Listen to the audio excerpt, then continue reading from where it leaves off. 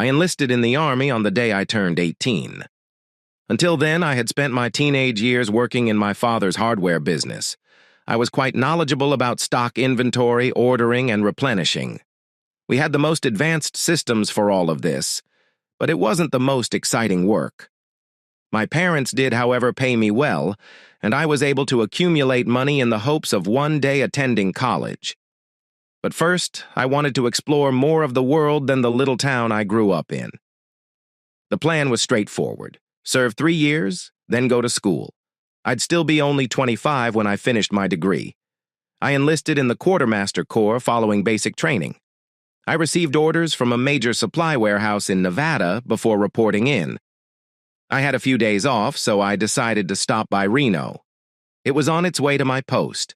I'd acquired an old automobile a few days before, assuming I'd need transportation since I'd be stationed in one location for a while. But I wasn't looking forward to being stuck in the States. I planned to transfer units later and visit more of the world. That was the entire point of joining. I was a few miles outside of Reno, and it was just beginning to grow dark when I noticed someone step onto the road ahead, arms lifted, attempting to flag me down. My immediate instinct was to continue driving, but then I noticed it was a young woman, maybe my age, with flaming red hair. I drove a few feet past her before coming to a stop. She rushed up to catch me. I pulled down the window and she asked, "Hello, can I get a ride?"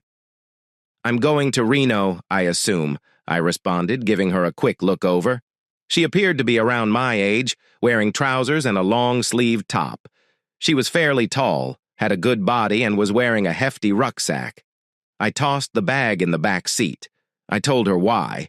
"Because if there is a weapon in there, I do not want you to have easy access to it, scaredy cat." "Maybe, but if you want to ride, you must obey my rules. Where are you from?" She hesitated for a moment before responding. "Kansas. I am seeking for work out here." I didn't believe it for a second, but I let it go. "Do you know anybody in Reno?" I asked. "Nope. But I'd heard there were plenty of jobs, and I needed to move away from home." "So you're running away from something or someone?" More hesitation. "My father does not treat me very properly. I am 18, and he could not stop me from leaving." "You are a brave young lady." "I try to be." "What are you doing?" "I'm currently in the service. I have a few days before I need to report. I expected to see the major city." "Same goes for me. Only you have a place to go, but I don't." "Do you have any money to support yourself till you find work?" "Some. A little more than $100. "That is not much. The Lord will provide." I thought, no, not one of those. "You have faith." "I absolutely do, otherwise I wouldn't be here." We drove into the city. I had made a reservation at a reasonably priced motel. I drove up in front of it.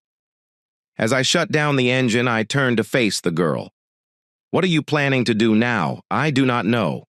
It's dark and I can't look for work tonight.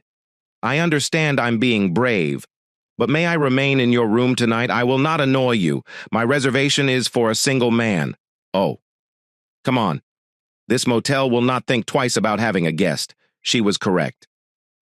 How was I supposed to handle this? We have not even exchanged names. "That's easy to fix." "My name is Elena Redding. What are yours?" "Grant Wilson is from Rapid City, South Dakota. Your hometown is Selena. I should not do this, Selena, but I need to inquire. Will you cause difficulties or disturb me while I sleep?" I stated it with a smile, not very concerned. "Honestly, it appears like I am the one at risk here. However, I vow not to overreact if you surprise me. Trust works both ways. I'm exhausted, and it's been a long day with lots of walking between rides. Please let me stay." I too was exhausted and wanted to sleep. "I will obtain the key. I will probably regret this, but you are welcome to stay overnight." I took my case and locked my duffel bag in the car's trunk. Elena, as she requested to be called, she brought in her big backpack. We noticed that the room over the bed was filled, and there was a small couch in the corner that did not appear to be particularly comfy. I asked, "Are you hungry?" There was a faint. "Yes. There's a McDonald's down the street. I asked the desk clerk. We were famished, so we each had a Big Mac and then shared an order of nuggets. Elena held my hand. On the way back to our room, she showered. Then I did. When I finished shaving, she was still asleep in bed. I wasn't going to sleep on the couch. So I got into bed. We didn't touch, and I quickly fell asleep. My final thought before falling asleep was that I was being a darned idiot. I have this chick in my bed. I awoke in the morning as Elena was returning from the bathroom. I sprang out of bed and shortly returned. It was fairly early to get up. Grant, can I hold your hand and lie next to you? I had never been alone before.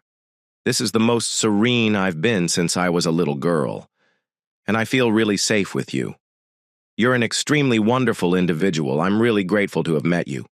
I'm guessing you didn't have a good home life. You mentioned it. My father is ancient, and my mother was a child bride. She was barely 15 when she married him. He's a terrible despot. My sister is 5 years younger, and father treats mom and us the same way. He slaps us if we don't obey him. I'd had enough and left. I attempted to convince my mother to leave, but she insisted on staying. I don't feel obligated or duty-bound to him. That is sad. My mother and father are a caring relationship for me and my sister. I wanted to explore some of the globe, so I joined the service.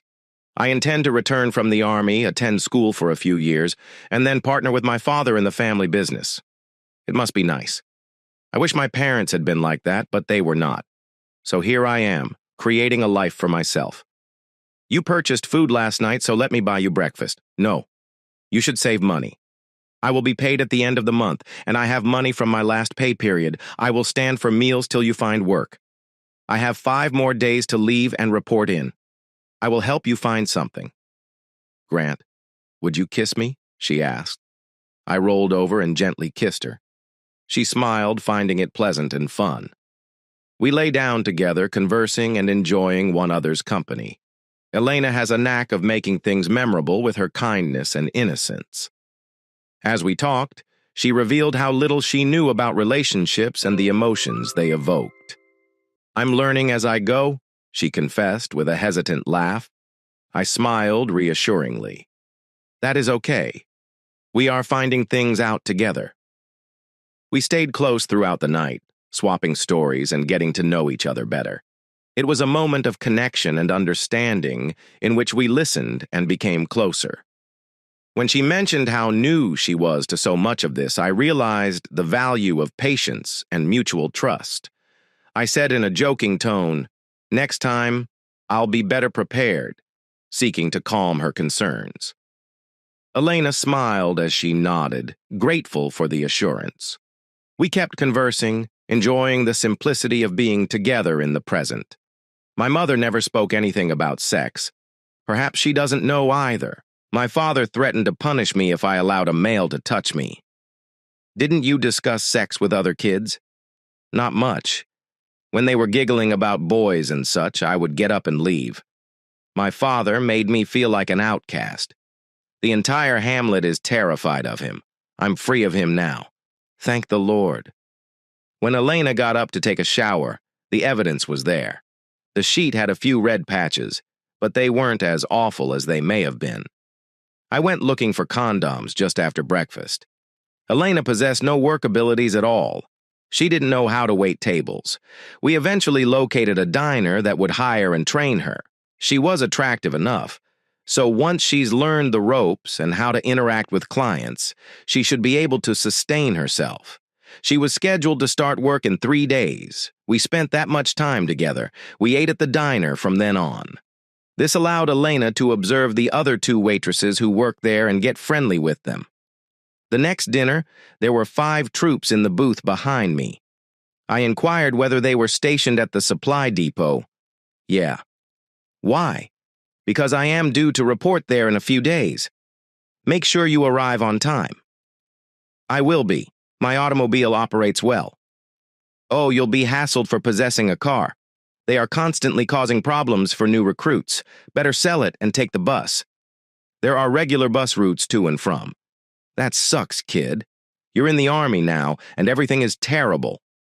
One of the soldiers handed me a bus timetable while everyone laughed. I decided to sell my automobile straight away, and I did so later that day, getting roughly what I bought for it because it didn't look like much. However, it performed well.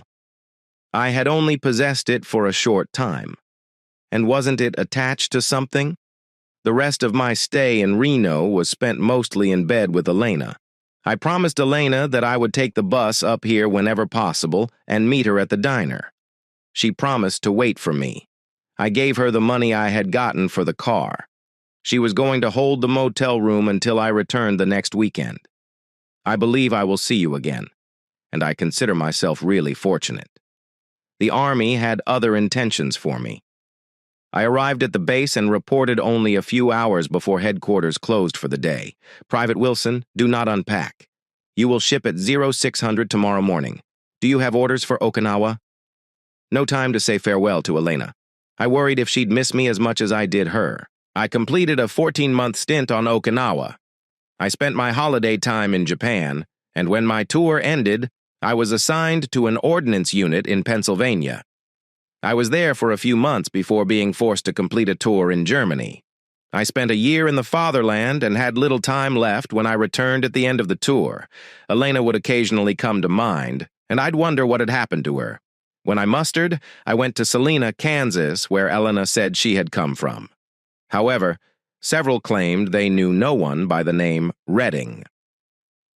After a week of searching in the area, I gave up and headed west. I then moved on to Reno. I discovered the diner where Elena was promised a job, but it was not the same. The original had burned 2 years ago. It had been rebuilt after a while, but none of the old employees were working in the new one. That September, I went to college and took business classes. The memory of Elena Redding faded farther into the past, although I did look for her again after finishing school. I returned home and took my place in the family hardware store. I looked up one of my classmates and started a connection with her. I was an eligible bachelor with a solid profession, which is just what she was hoping for. We married, but quickly discovered there wasn't much love. The divorce was not painful at all. There are no kids to complicate matters, and over time she found someone who matched her vision of a husband, and she is now content. We are friends, and when we meet, we chuckle about our brief experience in double harness. Mom spoke one morning as I came down for breakfast. Grant, wasn't it around 18 years ago that you had to report to that post after staying for one night and shipping out the next day? Do you recall that? It was a long time ago, Mom, but I remember it clearly. Why is that? I had a 5-day romance with a young woman before to reporting. I attempted to locate her after leaving the service but was unable. And then, one summer at college, I went back before returning home permanently. That's unfortunate, Grant, but probably for the best. You would have been tied to her. She would have spent most of her time alone. Due to your 2 abroad tours, the marriage would not have lasted. I do not know, Mom. She was a nice girl.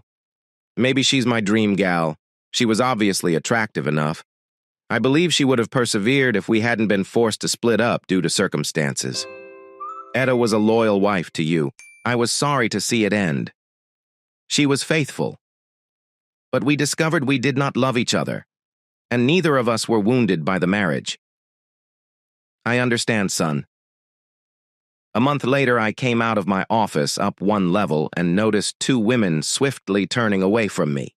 I spotted the red hair, but not their faces. I had a feeling they were peering at the office. One of my clerks approached me a little later. Grant, there are 2 women in the store's houseware area. They had been at the store for a while and are acting strangely. Would you speak with them and see if they are seeking for anything special? Sure. I will manage it. I walked down the aisle. The 2 women had been speaking with their heads together before breaking apart as they noticed me approaching. Are you ladies seeking for something specific? No, sir. We were just leaving. The youngest woman at the time picked up a 1.89 plastic dishpan that was directly in front of her. I will purchase this. I have my card. Could you please reach out to me? She reached into her handbag and withdrew a MasterCard from her wallet. She handed it to me and stared directly at me. I immediately recognized Elena, but it couldn't be. Maybe Elena had mentioned it, but this woman appeared to be too young for that. She resembled the woman I had made love to so many years before. The girl even spoke like her. I headed to the front of the store to ring up the sale. I had not glanced at the name on the card. The two women followed me. I came to a sharp halt and the young woman nearly collided with me. I turned in with the card in my closed hand. I wondered what name I would find on this card when I looked at it. When you look at the card, you'll see the name Sienna Elena Wilson. I intended to stun the young lady. How is Elena? And why didn't she accompany you? Mama has died. My granddad brought her back from Reno. Graham and Aunt Claire spoke. Mama mentioned Grant Wilson every day till she died. I'm hoping you're the Grant Wilson she was talking about. And maybe you're my father. It's possible. I looked at another woman who approached us. The older woman spoke. My name is Myra Redding. I am seeing his granny. This is Claire Redding Wilson, my daughter. Elena and Claire were sisters. How come Claire's name is Wilson? I understand Sienna's Wilson name, but I don't comprehend a sister having it. After her father and Elena died, the court changed her name. Claire might have chosen any name she liked, but Elena had mentioned you so strongly that she opted to take your name. Okay, we'll get out of here so you can explain. Sienna, do you really need a dishpan? Her cheeks flamed, and then she smiled. No, absolutely not. I did it that way because I couldn't just come up to you and say I was your daughter, can I? I would have recognized who you were. Elena has remained in my head for the past 18 years, and you are nearly identical to the lovely person I spent 5 days with so many years ago. Come, I'll take you home. My mother's name is Grace, and she will be almost as excited to see you as I am. And she would be your granny. Your grandfather George is in the store somewhere, but he can see you tonight. We went out to the parking lot. Miss Claire, could you please follow my car? It isn't that far. Yes. Sienna will be riding with you. That was what I thought. I'd like to get familiar with Elena's child. Claire huffed up. She is your child. It's time you stood up and claimed her. Okay, I will do that. She is my child. I sought for her mother for a long time. I held the door open so Sienna could slide inside my SUV. This is a Cadillac, right? Pretty plush, I suppose. Sienna, tell me when Elena went home. I'm not sure when, but I know why. My grandfather knew where she was and pursued her, compelling her to return home. If not for me, she would have committed suicide. She claims she couldn't kill something created with such love. I never knew her because she died around the time I could walk. Don't ask me right now, because it's a lengthy, tragic story. And part of it explains why my aunt and grandmother changed Aunt Claire's name to Wilson. Your name appears on my birth certificate. My mother lied and claimed she was married to you. So when I was born, I would be considered legal. I don't understand much of what you said. I will wait to hear everything from your granny. Please ask my Aunt Claire to inform you, as she was quite close to my mother. She could tell you better than Graham could. Aunt Claire is, in all ways, my mother. We share the same name to prove it, or at least that is the intention. Okay, I will ask her. This is my street coming up on the right. I live in the enormous house at the end of the block. My mother and father dwell in a spacious apartment toward the back. I lived there while I was married. Mom enjoyed it. When my wife and I divorced, I moved to a more manageable apartment. Were you married? Yes, I was. But that did not work out. We're still fiends. If you come to live with me, you'll encounter her on occasion. Did you have children? I grinned as I responded, No. You're my only one. I thought I was too young to start a family when we first married. We realized our marriage would not work immediately after the wedding, so we were cautious. I was only married for 2 years, which included the time it took to get divorced. We will resume this later. I peered into the mirror. Your aunt just pulled up behind me. So let's all go in together. My mother is aware of a brief relationship I had with a woman I met while in the service, after which we lost contact. You won't be too surprised." I stepped out and waited on the walk till Claire and Myra emerged and approached me. Claire and Myra. You can tell Mom as little or as much as you like. I believe I should learn about everything before doing too much explaining. Claire spoke. Thank you, Mr. Wilson. You will hear things you would not want to discuss with anybody other than your family. I nodded. Please refer to me as Grant. Mr. Wilson is my father. I climbed up onto a little porch in the back of the home and rapped on the door. I opened it. Mom, are you home? And here's Grant. You are early. Don't you feel fine? I am fine. Mom, come out and meet some of the people I brought home with me. I am not dressed for company. I've been cleaning all day. I just finished cleaning up your house, which was in disarray. You need your own woman to look after you. Mother entered through the doorway. Oh, my lord, you brought company. She said she would never hesitate. We'll go over to your living room and I'll locate something to drink. Grant has tea, coffee, and water.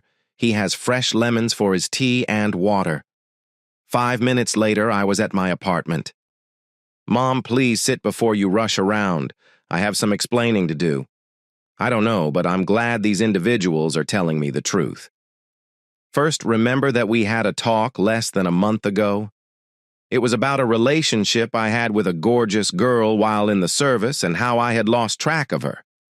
And I did look for her but found no trace. Mother nodded, so I continued.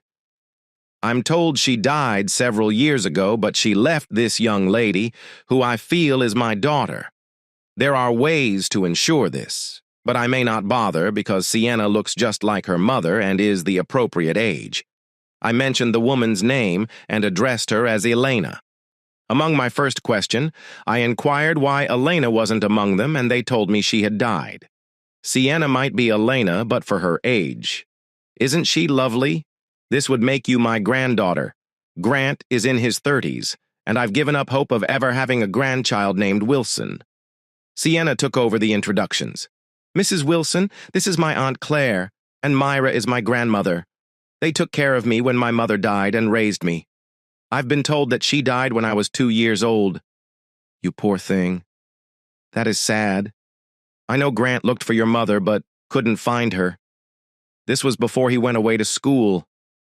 And now you found him. How did this come about? Aunt Claire was searching through my mother's old rucksack a year ago and came upon an envelope with Grant Wilson's name. An army unit. The envelope also contained some money. There was a note instructing her to return the money to Grant Wilson if she was unable to. The town he claimed you lived in was incorrect, which threw me off. I located the address where the automobile was purchased and he was driving at the time. That confused me even more because he must have purchased it somewhere other than here. The car tags were also in the pack and needed to be turned in. I can explain that I purchased the car off the base where I was stationed. Elena stated she would return the tax. I gave her the inaccurate address and planned to amend it the next time we saw each other. When I told her where I was from, I was frightened of getting trapped in a relationship, but I changed my mind as soon as I got on the bus and she waved farewell. But it was too late then. I really intended to see her over the weekend. Did she provide me her proper home address? No. And that could be because she didn't want you to contact my grandfather for whatever reason. It is most likely why you were unable to find her years later. Or she might have perished by the time I went looking for her. I apologize for not being able to conduct a thorough search for her until after I left the service. I couldn't meet her as scheduled either, since I was transported away to Okinawa the next morning after arriving at the base. I was worried about what she would think. Claire spoke. She worried and had faith. It wasn't a lack of desire, but rather a lack of capability. That is the truth. I could see that a lengthy debate was in order. The Wilson Redding family wanted to know why I never returned to Reno to meet with Elena. Also, how I felt when I couldn't find her. I needed to know what happened to Elena after I didn't return over the weekend. I had promised and wanted to know what occurred when she became pregnant. I also wanted to know why she returned home to a parent she had fled from. I realized this was the main reason she abandoned her family and fled to Reno, where she met me. Claire spoke in response. My father was not a pleasant person. He ruled the family with a firm hand. Mother was subdued. Totally. And Elena and I are the same. He was harsh and almost horrible to all of us. Whippings and beatings occurred often. Threats to kill were common. Elena escaped for a while, as you are aware. However, when she discovered she was pregnant, she had no idea where to turn. She began writing to one of my acquaintances who was unaware of the situation at our house. Elena hoped her mother would have an explanation or counsel for her. My friend and I were sitting on the front steps discussing about my sister, unaware that my father could hear us. He burst out and confiscated the letter my friend had brought for me to read. It had Elena's return address on it. Mother and I had no means to contact her other than via letter, and father left immediately for Reno to pick her up. The two returned home a week later. Elena was black and blue from the beatings she had endured on the way home. He tied her up and they slept in the car. Needless to say, Mother and I were treated similarly by Father, who blamed us for assisting her in fleeing, and he was furious. When Elena first left, my mother and I were relieved that she had fled. We were heartbroken when her father apprehended her and discovered where she was residing, allowing him to reclaim her. I was very stupid to discuss this where my father could hear me. Elena, on the other hand, never blamed me and was always quick to defend me whenever my father turned his attention to me. Elena's beatings were less severe as she grew in size while carrying Sienna, but they continued for my mother and me. There seemed to be no limit to Father's excuses for slapping and striking us. Sienna was born a beautiful baby, and for a while it appeared that Father had found someone or something to care for. The situation was improving for everyone. Then, when Sienna turned to face her father and said it was time to start teaching Sienna to think, he smacked her hard. She cried, and Father paced back and forth in front of Elena, who was holding Sienna. His warnings were plain. That night, Elena approached me. Claire, if anything ever happened to me, leave, and you take Sienna and become her mother. I vowed I would, even though I was only 15. Why did you stay with your father for so long? Mira responded that you cannot know what it was like. I understand how you would question us. We were completely terrified at the moment, even years later. Claire could have fled, as Elena did, but she was scared Elena and I would be killed at his hands, so she refused to abandon us. So what happened? Claire spoke. I was anxious the next day since Father, Elena, and the baby were alone in the house. I arrived home early from a part-time job because I was concerned before I could open the door. I could hear Sienna crying in Elena's bedroom. Elena had shut Sienna in the living room and the kitchen had been wrecked, indicating that Father and Elena had had a long fight. The cellar door was open, and I looked down to find both lying on the floor at the bottom of the stairs. I did not go down because Sienna was in my arms. I just contacted the police to report an accident. At that point, the public became aware of our entire situation. Both were deceased. Yes, of course. The police suspected Elena had shoved her father, but he held to her as they both descended the steps.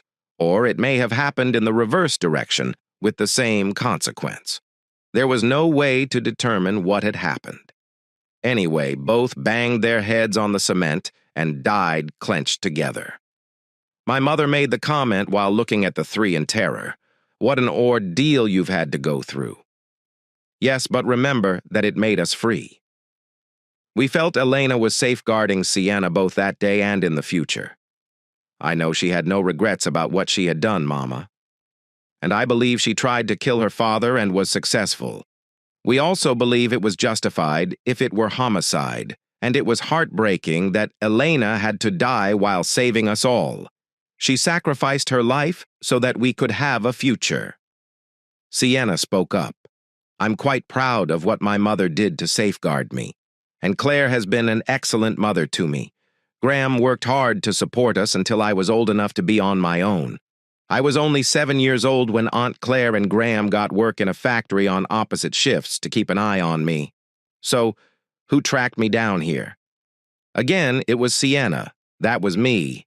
I was looking for a father and knew he was out there someplace. All I had to rely on was that you were in the service and in Reno, Nevada at the same time. I visited the Veterans Administration a year ago. I didn't get any aid, but I kept bothering them. I was being moved from one department to another. I can't remember how many letters I sent that were returned with the message that there was no record of a Grant Wilson. Finally, I expanded my search to other states and discovered the name Grant Wilson in Iowa. Actually, I discovered 9 Grant Wilson names, but you were the only person of the appropriate age. That happened 2 weeks ago. So here we are. Sienna gave me a tentative smile. I stared at her grandmother, then Aunt Claire. I looked at my mother, who nodded and told me to accept this beautiful young woman as my daughter. When she approached, I opened my arms and searched my face for acceptance, which I found. She moved into my arms. I kissed her cheek, and she moved back enough to kiss mine. We all cried happy tears. I had enough room for my new family to reside with me. The room where Sienna was to sleep was small, and it was the same one I used as a child.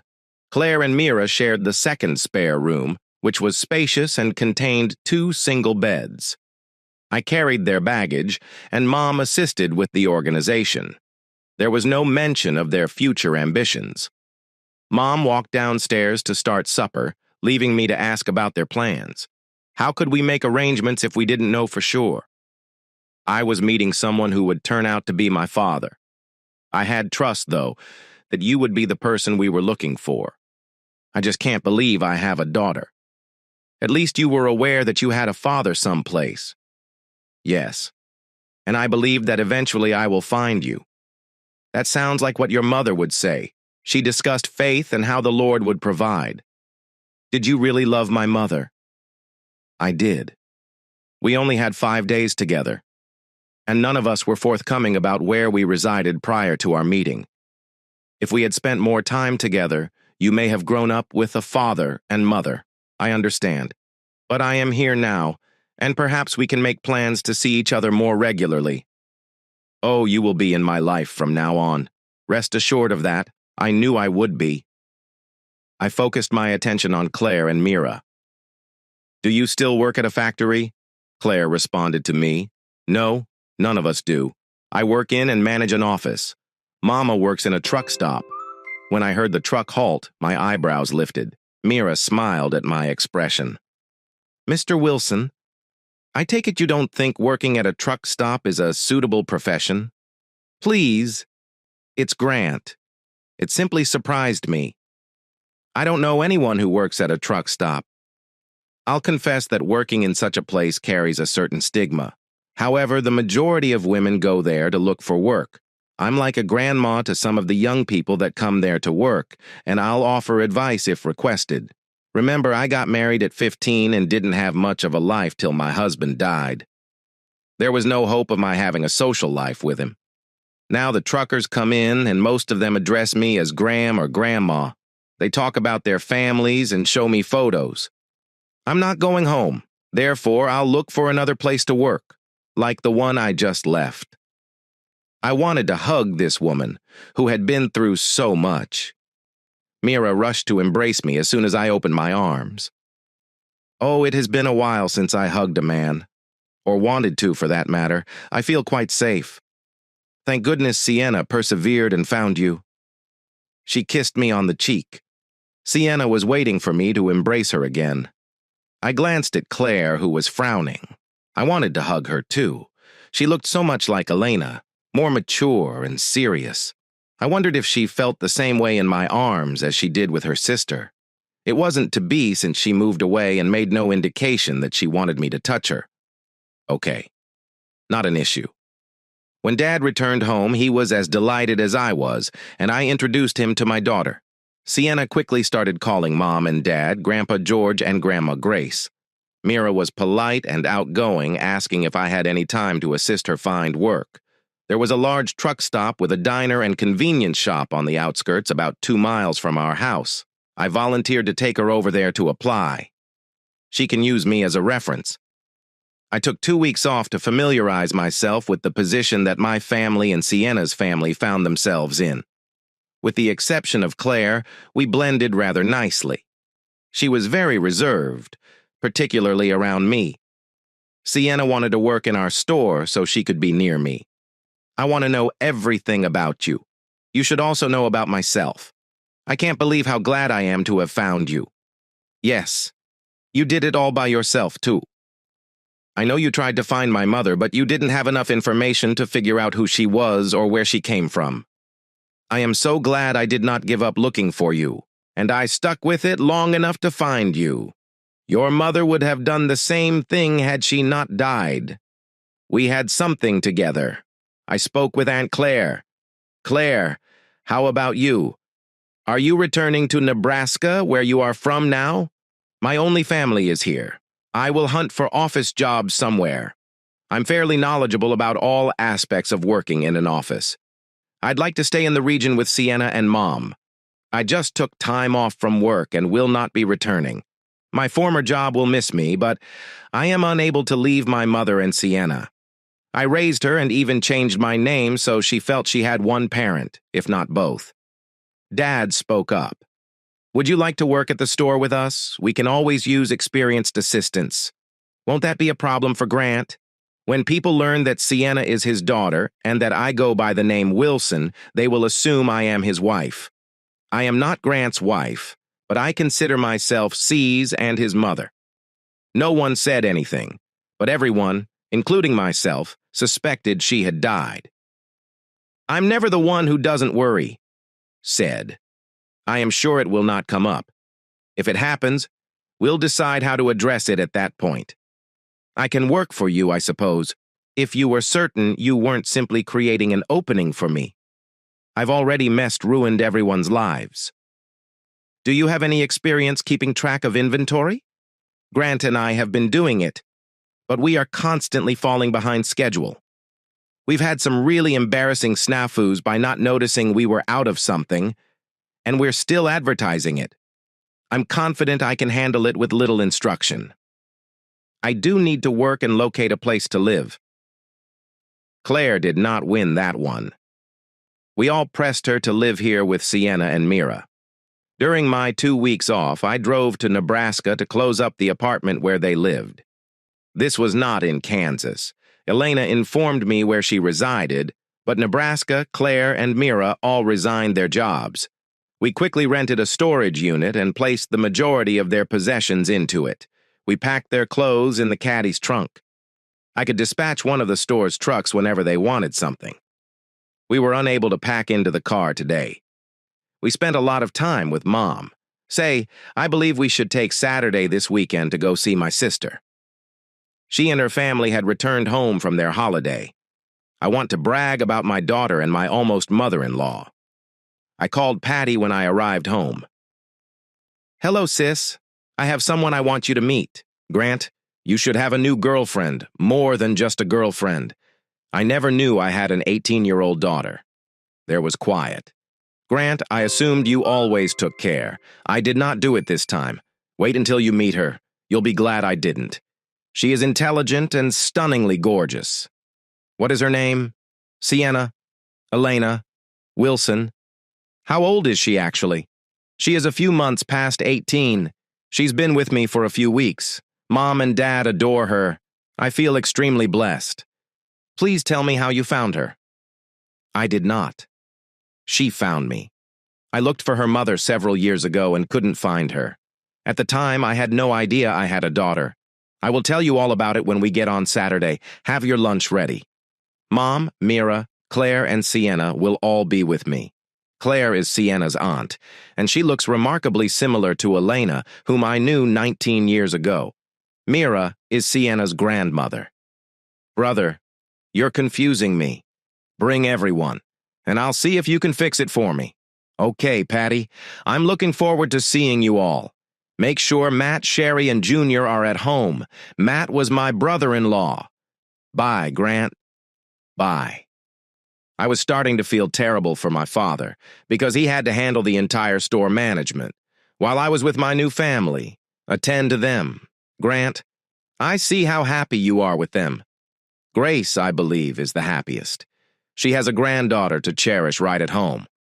As for the store, I don't mind one bit. I knew my sister would have a grill going when we arrived. Sis wanted to know everything about how I got to have a daughter. Mom gave her more information than I planned. There were even a few things I didn't know about. Mom and Mira had spent a lot of time together, something I was unaware of. This had to happen in the morning while Mira was hanging out with her mother. Sienna and Sherry connected right away because Sherry was only a year younger than her cousin. Junior simply viewed his lovely red-haired cousin without saying anything. Junior would flush scarlet red if Sienna addressed him directly. I suppose he believed his new cousin was exceptional. I went inside the house with Matt to get a beer. Christ, Grant, how can you live in the same house with 3 beautiful women? Matt, do you think they're beautiful? You should have seen Sienna's mother. Sienna is close, which is one of the reasons I have grown to love her so much. What about Claire, the sister? I believe you have the opportunity for a do-over. I suppose not. She's a touch distant. I have not figured her out yet. Patty just announced that the chicken was ready to come off the grill. We had a nice afternoon. Sherry invited Sienna to drive over and visit her at any time. Sienna promised. She would. It was a very nice afternoon. Patty advised me I needed to grab Claire before she got away. I shrugged. Claire and Sienna accompanied me on Monday when I returned to work. I placed both in employment so they might learn their responsibilities from others who conducted the same task. At 11 a.m., I left to take Mira to the truck stop. She hadn't been in there long when she came out and told me she would be starting work the next morning. She would use Claire's car to get to work. I asked if you wanted to return to the store right now or if I could take you to lunch. If you have time, I'd recommend lunch. We entered a little diner and sat in a booth. Mira chose seafood soup, while I got a salad. Mira asked, "You must be upset since we have all crowded in on you. I'm sorry, but Claire and I don't believe our lives are that significant. But Sienna's is." "Yes, but you two are equally essential. Is something wrong with Claire?" "She doesn't seem as delighted to be here as you and Sienna." "Yes, Claire is not doing well. Given her life history, this is unsurprising. She grew up with a nasty father who terrified her throughout his life. When Elena left the house, we both believed Elena was safe. My spouse overheard Claire discussing her sister with a friend. Elena was soon back with us, this time in a far more horrible circumstance. Claire believed she was to blame for Elena's return, and as a result, died to make amends. She became Sienna's mother, assuming responsibility for a 2-year-old child. Sienna is clearly the priority with Claire, and she has been for the past 16 years. I would think she'd be relieved now that I'm here, eager to take on most of the responsibility. I'm confident I'll have it easy with Sienna at her age. I won't need to cope with a tiny child. She should be relieved, but she will not. Sienna is happy to have found her father. But Claire has been Sienna's mother, and she believes she has lost her daughter to you. You don't consider Claire to be a mother since you have made Elena a saint in your imagination. Claire is currently 32 years old. Claire has never been on a date, and she wouldn't know what to do if she was given the opportunity. If you think about it, you're sort of stuck. How about that? Everyone will assume Claire is your wife since she bears your name. Of course, you're claiming your long-lost daughter. That part isn't too horrible. Except for you. You cannot date anyone since it would appear that you are cheating on your wife. When was the last time you went out and got personal with a woman? About 3 weeks before you arrived with Sienna. You must be getting horny right now. That's really simple. I haven't considered sex since your arrival. I have thought about it. Have you noticed that I use any excuse to hug you? I'm only 54, but I still look good. I grinned.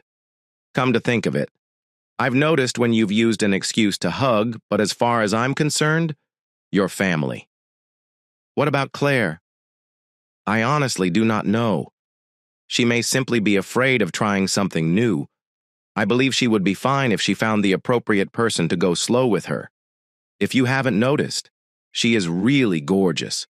Even if you have never given her a hug, I have noticed. All right, Claire is the one who avoids me, not the other way around. I know she's gorgeous, but I couldn't in good conscience request she hug me. I agree. Did you force Elena the first time? God, no. I was less than a year older than her, and I was concerned about being in the same room as her. Then, before we went to bed, I was quite concerned about what would happen to her if I had to go to the post. She had very little money and no friends. Elena and I slept in bed together, and she begged me to kiss her. It seemed like the right thing to do when she requested me to make love to her. I'm certain it was. I'm pleased she had some pleasant days in her life. I wish you could do the same with Claire. I do not see that occurring. No, I don't suppose. Say, I think you should take me home. I need to get things ready for work tomorrow. I'm glad we had this conversation. You're going to be an excellent parent to Sienna. Yes, I will give her every opportunity to have a happy life. I'll encourage her to determine which college she wants to attend in the fall. She may have to wait until mid-year because it is too late to enroll right now. Can you afford to do this? Of course I can and will. You're quite sweet. Mira started working at the truck stop the next day. She came home and told us she was in training and that the following week she would be working evening hours from 3 to 11. I asked, "Well, you have to work the night shift." No, they claimed they'd leave it to the younger employees. It pays more, but I am not interested. If I can stay here, I'll pay the board and work a few hours throughout the day before heading to work. Mom spoke up. You will never have to pay board. That is not fair. My family has come to see you, and I do not want to take advantage of your hospitality. I broke in. Mom, let me settle this. I guess you're correct. It's your house anyway. You pay me to keep your pigpen of a house clean. I smiled and asked Mira whether she thought my house was dirty when I brought her here the first time. No. Everything shone brightly upstairs in your bedroom. It was clean and picked up. I overheard you tell your mother that she hadn't gone upstairs in the rooms you assigned to us in several months. So I doubt you kept such a nasty house. She found out, didn't she, Mother? Mira, maybe you and Claire may go grocery shopping and cook for me if you want. That will be sufficient. Remember this. Grant rules. Everyone laughed. I often offered to help around the house, but I was never required to do anything. I knew people like Mira expected to pay their own way, so I made sure it was negligible. I may return it as a Christmas or birthday present. Claire, Sienna, and I went to work in my car. Sienna always rode in front of me. I began by talking about Sienna attending college in the autumn. But Pop, I just discovered you and don't want to leave you. I do not want to leave my mother or my two grandma. Why do you believe I should? Because it would be a positive experience for you. You need a social life. I haven't heard you mention you date or go out often. Did you attend your senior prom? No. Nobody asked me. Mom told me I didn't need to go get pawed or assaulted. I have never had any close buddies. The kids I hang out with didn't either. Do you possess any social skills at all? Who needs them? You do. We will begin next week. We'll go out for dinner at least once a week. Can you dance wistfully? No. Okay. Your mother and I will sign everyone up to learn how. I know this studio. I will be your partner. Present will be some elderly folks present who have retired and wish to learn how. I never had the time. It will be enjoyable for all of us. There may be some children your age present as well. It will make you feel comfortable doing something you've never done before. Sienna turned around to see her aunt. Can we please, Mom? I want to learn so badly. I have never seen you dance. You too can learn. I bet Pop is an excellent dancer. We will see. I will not pledge to go. Grant and I will discuss it tonight. Claire waited until Sienna had gone upstairs before discussing dancing. Grant? I do not want to learn to dance. I cannot think of a reason why I would need to know how. I can think of a cause.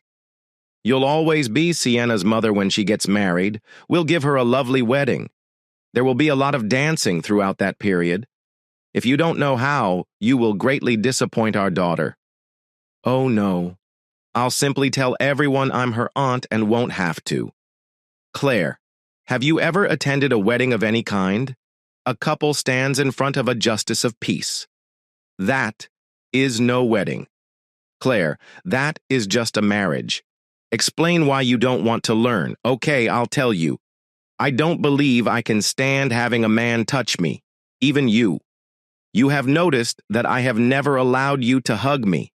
I like you, and I believe you are a good person. And I know you adore my sister.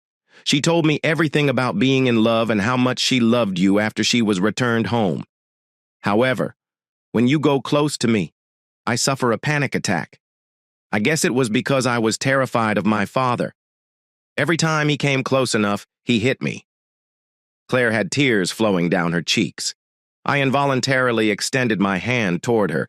She abruptly pushed away. Claire, I would not injure you for anything. I want you to trust me. I can't see why you won't be able to join Sienna and me at the dance studio.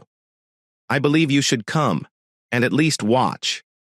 I believe you should put your trust in me and recognize that when you feel my arms around you when we are dancing, you will feel safe rather than afraid. And how will I accomplish it? Allow me to work on your problem gradually. You want me to hug you, right? Her words and tone suggested an accusation. No, not tonight. Even while dancing, two people do not get as close as they do when hugged. The male has one hand in his partner's, while the other is on her back at waist level. The lady holds one hand in his and the other on his shoulder. The male guides the partner with his hand on her waist, allowing her to follow his path. Tonight, I think we should just hold hands. That is, assuming you were willing to attempt. I extended my hand to Claire, indicating that she should sit beside me on the couch. I was afraid I'd draw her in for a hug. One hand tentatively reached out and grasped my in hers. We sat like that. I switched on the TV and we watched a sitcom. I saw that as her hand relaxed, she adjusted and grabbed my again. When the news came on, Claire was tight and nervous. We can go to bed at any time. Your mother will arrive by 11:30. Do you want to stay awake for her or go to bed? Will you go to bed? Whenever. I'm curious to know how Myra's first day went. I'll sit here till we hear her arrive. Claire paused, and I could tell she was struggling to say something else. Grant, would you rise up and put your hands where they should be when dancing with a partner? I rose and showed her. She held it for a minute before brushing my hand away from her waist. I could sense her panic rising. That's enough for tonight. Claire started for the stairs. She turned and came to a stop 2 steps up. Grant, I'll try to accomplish this eventually. I want Sienna to feel proud of me. She understands I have an issue. Thank you for understanding. Good night. Claire, I am already proud of you. Claire seemed exhausted in the morning. I guess she didn't get much sleep last night since she was thinking about the lesson I had taught her. When we got in the car to get to work, I positioned the rear-view mirror so I could look back at Claire. She grinned when she noticed me peering into the glass. My father gave Claire a desk and a computer. I will show you when I have time. He requested her to look at how we managed our inventory. Sarah will give you the book so you can study them until I get back to you. Sienna requested to operate one of the registers at the front counter, so I assigned her to that position, along with the other 2 clerks. I assigned Mary the task of teaching Sienna how to use the register and how to treat customers who come in to pay for their purchases. I knew many of my clients by name and joked with the majority of them when they weren't in a rush. I was also the person the clerks went to if they had a question or needed something. If an item was not in stock, we specifically ordered it. I always had a million things to do. I approached the front register at noon and asked Sienna what she wanted for lunch. "Whatever you have will be fine. Go upstairs and ask your mother what she wants. Get me a Greek salad with 2 feta cheeses and 2 jalapenos. You might not like it, but I am obsessed. Get a grinder or sandwich, whichever Claire prefers, and whatever she wants. We have bottled water, coffee, and tea available from the break room machines. The sandwich store is down the street on the right. Here's the money. We'll eat once you get back. Gotcha." "Pop, I'm on my way." I saw her run up the stairs. That new cashier referred to you as Pop. That is somewhat demeaning to a new hire. No, Mary, she is allowed because she is truly my daughter. She'd known she had a father someplace for years. And when she was able, she started looking for me. She discovered me a few weeks back. Her aunt and grandma are currently staying with me. Her mother died while Sienna was a young child and she was raised by her aunt. Her aunt works for Dad in the office. How come you never mentioned having a child anywhere? Mary, it is too intimate for me to answer, but be confident that she is my daughter. Is she doing okay here on the counter? Yes, absolutely. When I showed her how she outperformed the majority of the young people you hire, she easily caught it up. That is excellent to know. I believe she will be attending college somewhere this September. She doesn't want to since she feels like she just discovered me and doesn't want to go so soon. I would feel the same way in the same situation. Sienna has already stated that she may have to leave, but she prefers to stay and work in the store. I will listen to her, and we will make a decision together. You're going to be an excellent father, Grant. My mother and Mira arrived just as Sienna returned. There were 6 of our employees eating lunch together in the break room. Dad walked in, and Mom handed him the lunch she had prepared for him. Sienna spread our lunch on the far end of the tables. Everyone was fascinated about the 3 red-haired women. I was about to introduce my daughter when the lady who did deliveries for us asked Mira, "Hey, Red, what are you doing here? You served me at the truck stop after I finished working here last night. Hello, Jim. I remember you. You mentioned something about the truck stop finally hiring some attractive employees. I assume you were referring to me. I wasn't, and I have not changed my mind. I'm not sure, but I believe good-looking red-haired women come in 3s, and they are all equally attractive. I cautioned Jim not to go too far with his statements. The lady you were speaking with is Mira, my mother-in-law, but I suppose you've already met her. This wonderful woman is my daughter, Sienna, and the last lady is Claire, my sister-in-law. After several years apart, these 2 have returned to me. Sienna is at the front desk and Claire is busy upstairs. Sienna will be calling Claire Mom because after her mother died, she raised my daughter for me. I did not know you were married. I'll just say I was in a situation where I couldn't care about Sienna. I don't really talk about it. There was a lot of sadness at the time, but now we're all together and I feel grateful. I should think so. I sat down and unwrapped my salad. Everyone save my family quickly went. Mom spoke quietly. You handled it well. In about 10 minutes, everyone in the store will know who your new employee is. Yes, and if I want to date someone, I can do so without Mira worrying that I will be accused of cheating. Mira returned with, How long did it take you to construct this explanation about us? I laughed for most of last night. If someone questions why Claire has the same name as me, I'll simply explain she's my sister-in-law and let them draw their own conclusions. Is that okay with you, Claire? It's okay. I lost some sleep over what I saw as a confusing dilemma. You may date anyone now. I'm concerned about Mom, though. I believe Jim has his eye on her. Do not worry about me. However, Jim appears to be a decent person. I responded to this. He is. He has been with us for over a dozen years. I believe he has been widowed for 7 or 8 of those.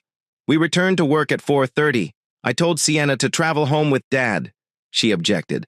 I'd like to stay here with you. However, owing to this week, your hours will be limited to 430 player hours. I'll be working until 8 next week. I may leave at 5 Ingao. This route, The store is always staffed by a member of management, so you should elevate someone you can trust to be a manager for the last 3 hours of the day and on Saturday. You and Gramp have developed an excellent business, and you both work 6 days a week and 12-hour days every other week. How much money do you need to have in the bank? Sienna stood there, staring at me. Talk about being astonished by my daughter's comments. Is there anything more you want to criticize me for? Pop, don't become furious at me, but Granny was whining about Grandpa coming home so weary he couldn't eat supper. Some nights you plan to take me somewhere and teach me to dance. When will that happen? You seem to want to take me and my mother out to eat so that we could widen our social lives. By the way, when was the last time you brought a lovely lady out to eat? Or to bed, for that matter. I had no response and did not want to quarrel. Sienna, go upstairs and tell Claire it's time to go home with Dad. I will think about what you mentioned. I'll be home around 8:30. When are you going to have supper? When I arrive home, I had some frozen hamburgers in the freezer. Look for them. I might eat a few. Go get Dad before he leaves without you, Pop. Don't become furious at me. I guess I'm not sure how to act around a man, let alone a father. I hope you're not sad I found you. I'll tone down my critique. Sienna now appeared doubtful. Please give me a hug. I want you to love me. Of course. Sweetheart, you have to remember that I had never had a daughter until a few weeks ago. We'll strike a balance between a man who has never had a daughter and a girl who has never had a father. Are we all right? We are okay. I didn't complete more than the bare minimum of work this evening. Sienna gave me so much to think about. Having a family offered a new set of situations for me to deal with. My thoughts turned to Dad. Was he growing tired? He had always been the one to push me, and I suppose subsequently to push himself to stay ahead of me. I drove the caddy into the garage and entered the kitchen. The table was set for 3. Claire spoke as she took off her apron. I hope you enjoy spaghetti and meatballs, or I can grab you a frozen burger if you prefer. Spaghetti is excellent. I'm not used to eating hot food while I work nights. I see that my life is going to improve. That is, assuming I do not drive my daughter and her mother away. Pop. Grant, there is no prospect of that happening. Sienna informed me about your chats. I'm sure she intended good. I told her that we couldn't just come here and change the way you'd been living and working. Sienna made some insightful remarks, and I'm reflecting on what she said. I paused. Do you have garlic bread to go with this? I feel extremely blessed. Grant, how long have you been saying that to Claire? What have I said? You said. I feel extremely blessed. I went silent, trying to recollect. Elena regularly repeated so, and she also claimed to have faith. I looked up and saw tears trickling from both of their eyes. Sienna approached me, stood behind me, and embraced me. Claire commented whenever Elena showed a hint of delight.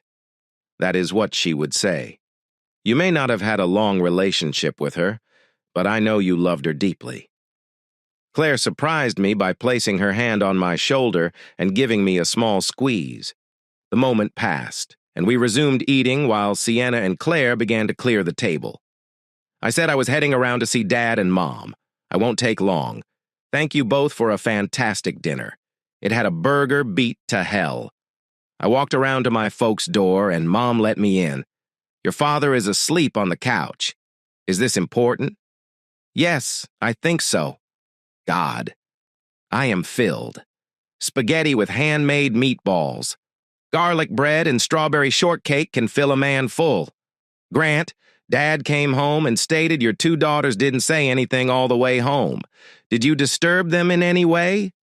I do not think so. I am going to wake up so we can discuss. Well, don't keep him up too long. He needs to go to bed. What are you doing here, Grant? I had been thinking about the store.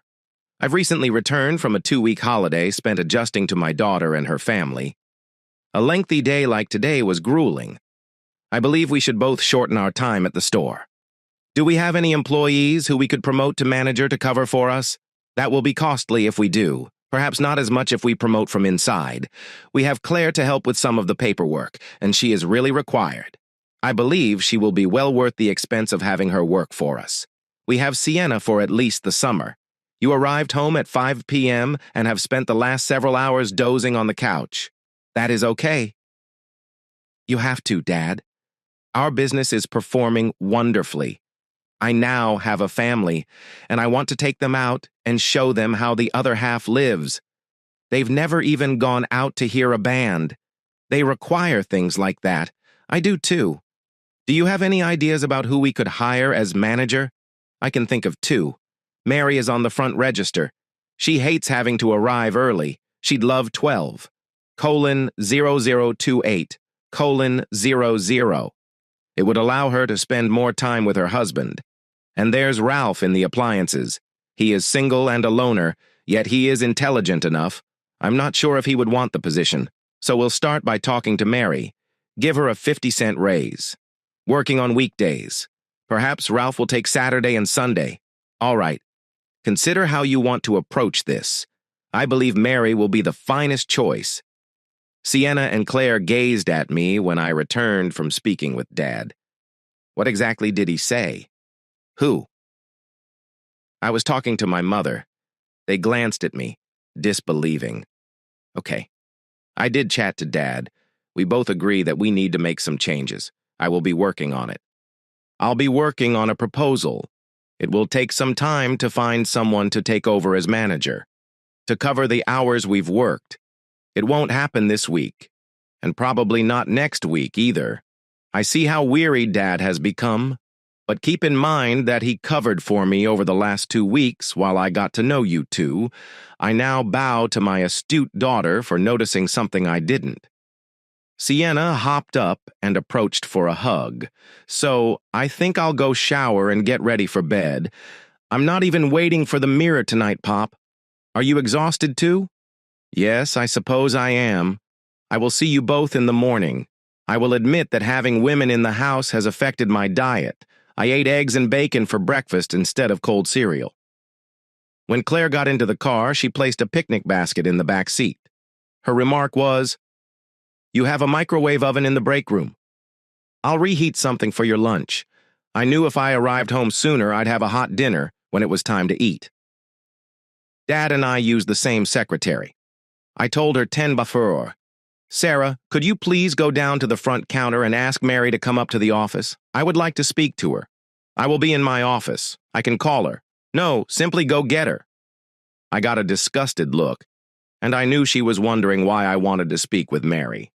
It wasn't long before Mary approached my open door. I motioned for her to close it and sit. "Mary," I began with the first thing. "You mentioned that your husband works as a security guard for a factory on weekends. That must mean you'll be alone all weekend." "It does. It would not be so bad if he worked at night. But he cannot.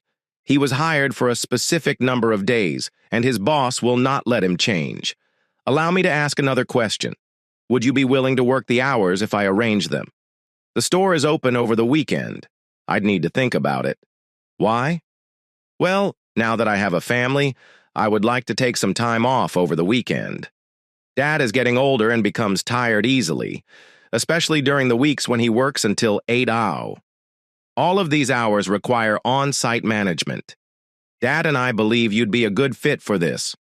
Of course, you would be more responsible for working the necessary hours to earn the same or more money. I will explain what I am thinking.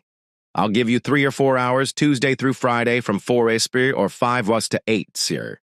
Weekends last 11 hours on Saturday and 8 hours on Sunday. That would be 31 hours if you worked 3 hours per day, or 35 hours if you worked for a company with Monday as your day off. You mean come in at 5 o'clock and work 3 hours, or come in at 4 o'clock and work 4 hours. That would be a pay cut for me. I really need the 40 hours.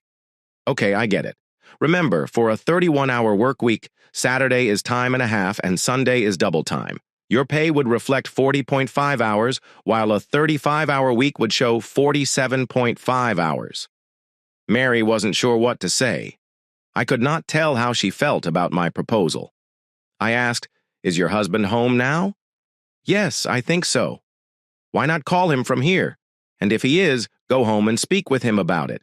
You don't need to punch out. Stay on the clock, and I will take care of it for you. Grant. Why me? Why are you considering me? Mary, you've been working here for over 10 years. You have worked in all departments and understand what we sell as well as Dad and I do. Your co-workers respect you, and they frequently approach you with a problem rather than bothering me or Dad. This is a salaried position, so if you're sick, you'll still be paid. I'd almost say you've been in management for quite some time, Dad recommended. You and I wholeheartedly agree. If you accept the position, you will have to follow me around for the remainder of the week. Next week, it'll be either me or Dad. On August 1st, you will be on your own. I handed her the phone and stepped outside. I could see the light turn on, the one on Sarah's desk when the alarm went off. I stepped back inside. I opened my desk drawer and handed Mary a sheet of paper with her first paycheck for either 31 or 35 hours worked. Actually, you receive a check twice a month, so you don't have to wait until the end of the month to pay bills. This is how management gets compensated. Mary, take your time making your decision, and I'll see you tomorrow with your answer. Thank you. Grant, this is a major decision for me. I believe you will be working till 8 o'clock tonight. May I call with a question? Sure. If you accept the post, keep in mind that if you have any questions, you should phone any of us at home. I've had to contact Dad a few times, and he calls me, and I expect you to do the same. Mary went out, and I could see her stop at the register to get her hand back. Sienna asked her a question, but Mary shook her head and did not respond. Sienna almost immediately looked up the stairs, where she could see the office. I smiled and gave her a small wave. Let her puzzle over that. I turned and headed into Dad's office. He had a 1-cup coffee machine, and I prepared myself a cup. I just sat down. God, I'm already getting questions about why you called Mary to the office. I know you must have asked her. How did it go? Good, I believe. I sent her home to chat with her husband. Would you like to know what I proposed? Yeah, but I will go along with it. Okay. First, I believe Mary will be the manager on Saturday and Sunday. Then I offered her a choice. Come into work at 4 or 5 p.m., Tuesday through Friday. She'd have Monday off. She would work either 31 or 35 hours. Actual hours. We'll pay her time and a half on Saturday, then double time on Sunday. Actually, she will be paid on a salary basis, thus overtime will not be an option. I figured that was a good approach to tell her how much she would make if we maintained her on hourly wages. Here's what we agreed on for her wage. I handed Dad a copy of the one I'd given Mary. That's a significant boost. For what time? She'll be here. I don't believe we'll mind spending that much if we don't have to stay past 8 p.m. or come to work on Saturdays and Sundays. We'll have to cover Mondays, but I'll take it because it allows me to spend time at home with Sienna. If you have to leave early on Mondays, we can split the rest of the days. I looked at the time. It was around midday. Dad, is Mom bringing you lunch today? No, she claimed Claire had brought something for me. I suspected she could have. I think I'll prefer having a family around. When I got out and started down the steps, I noticed a long line at the front counter. I hurried down and signed in at the register. I was next to Sienna. I made a joke about Jesus. I am right back where I started 16 years ago. After the three of us cleared the line, I urged Sienna to go eat. I won't take long. Pop, take your time. I am not a slave driver. Pop. Why did you summon Mary to the office? She wouldn't explain why, I asked her. She looked strange, and I couldn't tell what she was thinking. Her business. If she did not say anything, it is not my position to comment. I stared at my daughter. She finally shrugged and went to the break room. I'm certain she hadn't dropped it. The rest of my helpers had not either. 2 clerks asked me the same question, and I replied that it was none of their business. Sienna overheard the last person ask me, "So you weren't only concealing secrets from me?" "No. This is Mary's business, and some of it is about the store. You'd be wise to drop it. It is not nice to propagate rumors. One of Grant's rules may be, I suppose you two can handle the registers now. I'm going to go get some food. I'll keep an eye out to make sure you don't fall behind again. If you have any questions, please call me. I am qualified. I turned when Sienna spoke. Pop, are we all right? Yes. Don't forget to ride home with Grandpa again tonight. I will not. What would you like for supper? Surprise me. I am confident that it will be excellent. I'm so delighted you came to live with me, even when I act stupidly. I have not seen that yet. I will let you know when I do. I can believe it. Sienna smiled. Mary accepted the hours where she worked 35 hours a week. Dad and I both knew we had made sound decisions. One is to promote Mary to management, and the other is to give us more time away from the store. I work till 8 ahead on Mondays. Claire and Sienna have dance lessons twice a week, on Tuesdays and Thursdays. Sienna and Claire went with me the first week after I signed us up. Mom stated she wanted to watch her granddaughters, so she joined them. Each instructor had approximately 8 students. We would be taught the steps, and then the teacher would take each student out on the floor one at a time, while the others rehearsed the motions. Claire and my mother sat on the sidelines watching. Mom soon had Claire up and demonstrated the identical steps we were taking on the floor. The waltz was practiced for half an hour before the teacher announced, "Now I'll pick one student and see how he does." Grant, would you be my partner? I hope you have steel-toed boots on. I believe I can manage it. Remember, I was the one who taught you to dance. Come, take me in your arms and do not be shy. The music began, and Etta and I flowed out onto the floor. Etta was not only the teacher, but also the proprietor. She just happened to be my ex-wife. We applied our skills to the display. When the music stopped, we stood in front of Mom and Claire. Mom and Etta hawked on a spoke. Mom, Wilson, it's wonderful that you've come. I don't see you enough anymore. Grant is still the best dance partner I have had. A lady can lose herself in his hug. I know I enjoy dancing with him. Sienna is Grant's daughter. Grant plans to take us all out dancing. Just as soon as Sienna hears that her mother, Claire, hasn't danced since she was a child and must begin again, I am confident Grant can teach her everything he knows. She returned to her lesson. Okay, the break's finished. For everyone's information, this man's name is Grant Wilson, and we were married years ago. I'm going to invite him and his mother to dance with you all for the remainder of the evening. Sienna, why don't you start the first dance with your dad? We'll stick to the waltz tonight. Etta held Claire's hand, and Claire was scared to create a scene. I followed along.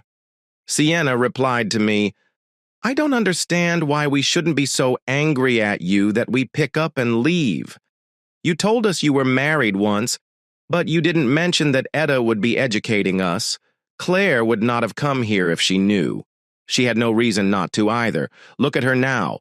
She is attempting to learn now that she has been forced to. I maneuvered Sienna around the floor. You are doing fantastic. Child, I am not a child. I understand and I can see you aren't. I perceive you as a lovely woman. I am just so proud to have you as my daughter. I hope Elena knows you're with me. Finally! She endured so much. Pop, I'm thinking about the mother I never knew. But she gave me to Aunt Claire. I don't believe she would mind if you grew to love the lady who raised me. I laughed for a minute before asking, Is that what you want? It's a dream of mine. That is one of the reasons I looked so hard for you. I wanted Claire to be as joyful as my mother, who informed Mom and Graham she was in your arms. We will see. You, sweetheart, are the expression of her dedication. Now I must go perform by teaching others to dance, as my ex-wife requested. Maybe we'll have one more dance before the evening is done. I left my daughter on the sidelines to take an elderly, overweight lady into my arms. When I was married to Etta, I helped out a lot when she was short of teachers. Mom was overjoyed with her evening. Sienna was too. Claire didn't say anything on the way home. I inquired before we got out of the car. Is everyone set for Thursday night? Mom spoke out instantly. I suppose I'll go help by being someone's companion if necessary. It was nice to see her again. I liked her as a daughter-in-law and was saddened when she and Grant split. At least they parted as friends. Mom, please keep my prior marriage out of this conversation. Sienna, will you go again? Of course.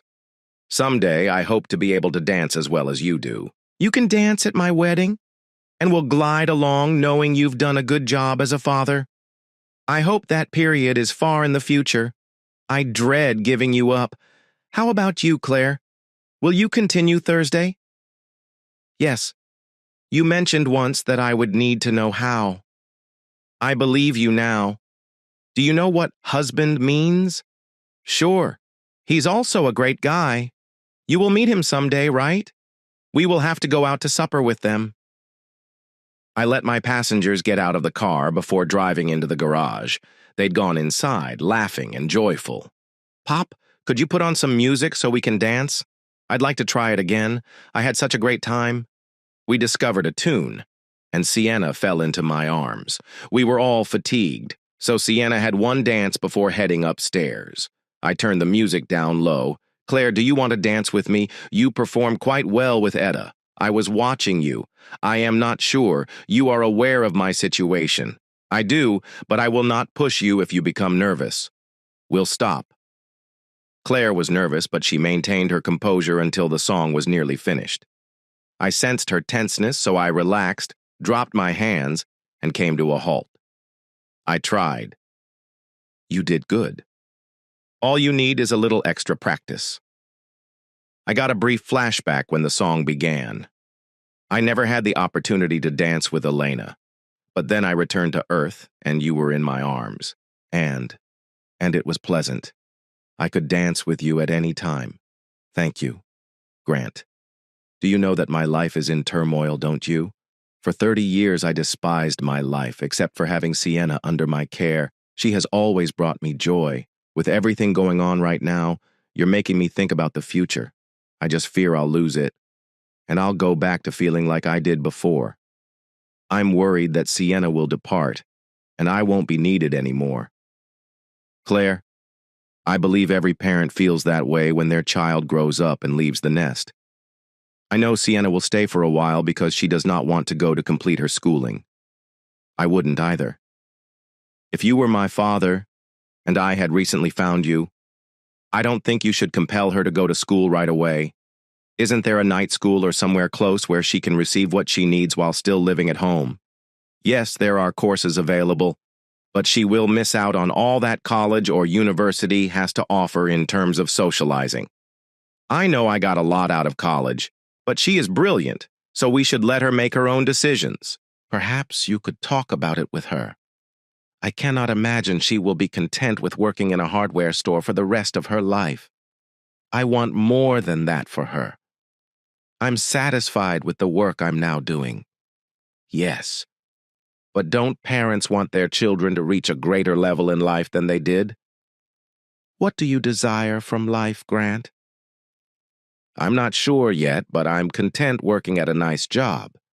And you've given it to me. How about you? I'm fairly content with my life as is. I perceive my life in this way.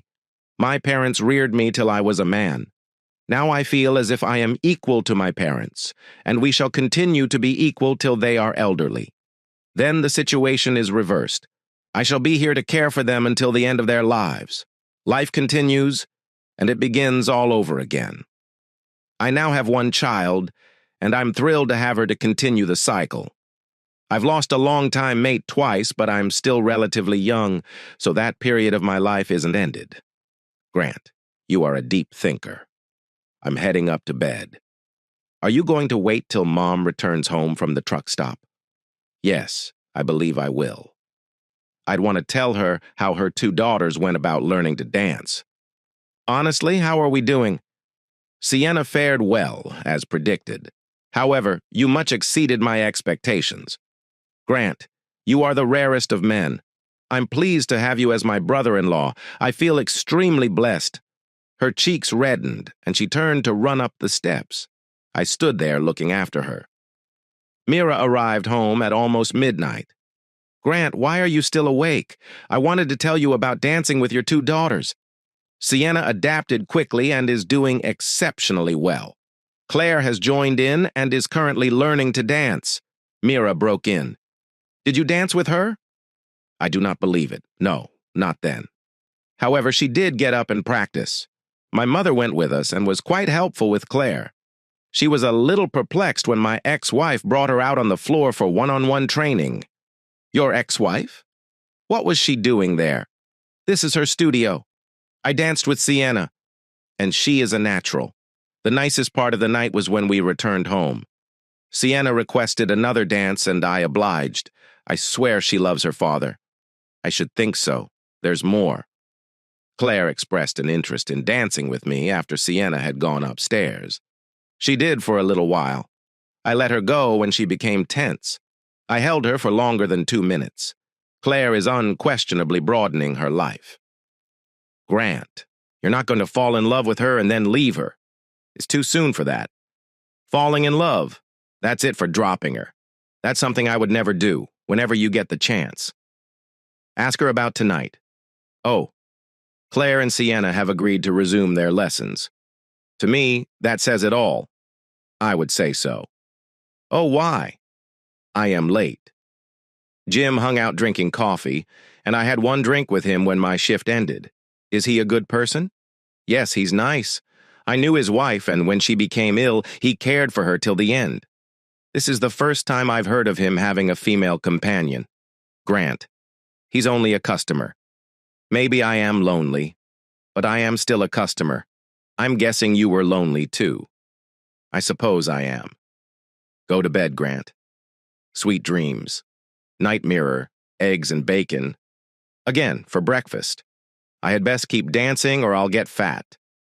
I didn't get enough sleep last night. I couldn't believe how dramatically my life had altered during the last month. I sensed Claire was opening up a little. 3 days ago, she wouldn't let me touch her. Last night, she asked me to hold her during a dance. Damn it. It was unsettling. I was drawn to Claire. I had to confess that she resembled her sister, who had been in and out of my memory for the previous 19 years, among the 3 women. I thought my daughter was the strongest and had a better perspective on life. Claire was the weakest. It did not matter. She was intelligent and quickly took up the work I had recruited her for. She explained that she was frightened of having a man touch her. She was coming to terms with her phobia faster than I anticipated. On the drive to work this morning, Sienna mentioned that we needed another vehicle. I think I'll purchase one. I have enough money for a down payment and have a regular job. This should not be a problem. I'd like to visit my cousin Sherry and get to know her. You can use this car whenever I'm not using it. That's it. You run a business and may need it at any time. If Graham's automobile is at work, you can lend it to Mom. I don't think I'd want to drive a car this large anyway. Okay. You'll need one when you leave for school anyway. Pop, we need to talk about me going to college. Can we talk about it tonight when there is no one around, in case you get upset with what I want or don't want to do? I can't imagine me leaving you. This is my house, and my entire family is here. My father, grandmother, new Aunt Sherry, and her family. Grandpa would miss me. I know he would. Okay. But you must listen to my explanations. And you must listen to me. Sienna had no idea, but I'd already given in to her. I went to the community college office and inquired what classes they had that would equip a student to run a $1.5 million firm. I spent about 2 hours there and came away with a catalog and a lot of notes on the various teachers. Many of these credits would be accepted for a bachelor's degree if she so wished. If Sienna refused to leave, I would try to persuade her to go to the local community college. Sienna and Claire were quiet on their trip home. They set about getting supper. Squash. The dinner included pork chops and garlic potatoes. Fresh strawberries and melon were served with vanilla ice cream for a light dessert. I offered to help clean up afterward, but it was not required. Sienna entered and sat on the couch. I waited. Isn't your mother coming in? Do you want her to be present for this? Of course, we're your parents. Your mother has been responsible for you for the past 16 years. Now, since you're living with me, she has the opportunity to share and not have to make all the decisions. Will you get her? I'm here.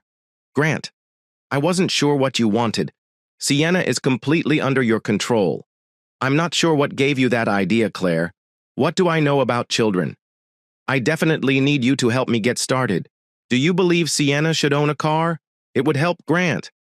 Mama needs to clear her head in order to begin working, at least for a time. She will eventually locate her own dwelling quarters. I am sad she feels this way. It's not you. It's Sienna and me. She believes that we must live on our own at some point. She won't be far away, however. I could feel the same way eventually. Mama has made the majority of the decisions in my life. She may even find someone to be happy with. She deserves someone, I'll agree to that. Now, back to purchasing a vehicle. Sienna interrupted me. Pop, I'm purchasing it. I need to show that I can handle it. I am not going away to school either. The car. Let us settle that first. Do you really want to spend your money on a car? Yes, I do. I need the freedom that one will provide me. Will you allow your mother to use it if she needs it? Of course I will. She is my mother. Are you shopping for a new car? No. I know I can't afford that much. Would you take your granddad with you while you look for something? I expected you to want to travel with me. No. Dad would be better at it than I am. Okay, I will ask him. I'm going to help out. I will pay for the tags and insurance. Thank you, Pop. Do you want to talk about school now? Yes, I do. Sienna, do you have any goals? I assume you've reached your goal of discovering your father. Do you have another one or any others? I'd like to work in the store with you. I have a lot of fun with my coworkers. Everyone likes me, and I am gradually getting to know some of them better. That is not a particularly lofty objective. I don't need anything higher to be happy. I looked at Claire. What are your thoughts, Claire? You haven't mentioned what you want for our daughter. Grant, I understand you want more for Sienna. Is it actually necessary? I believe it is, and I will tell you why. I'll turn 40 in a few years. Dad is 62. He has a few more years until retirement.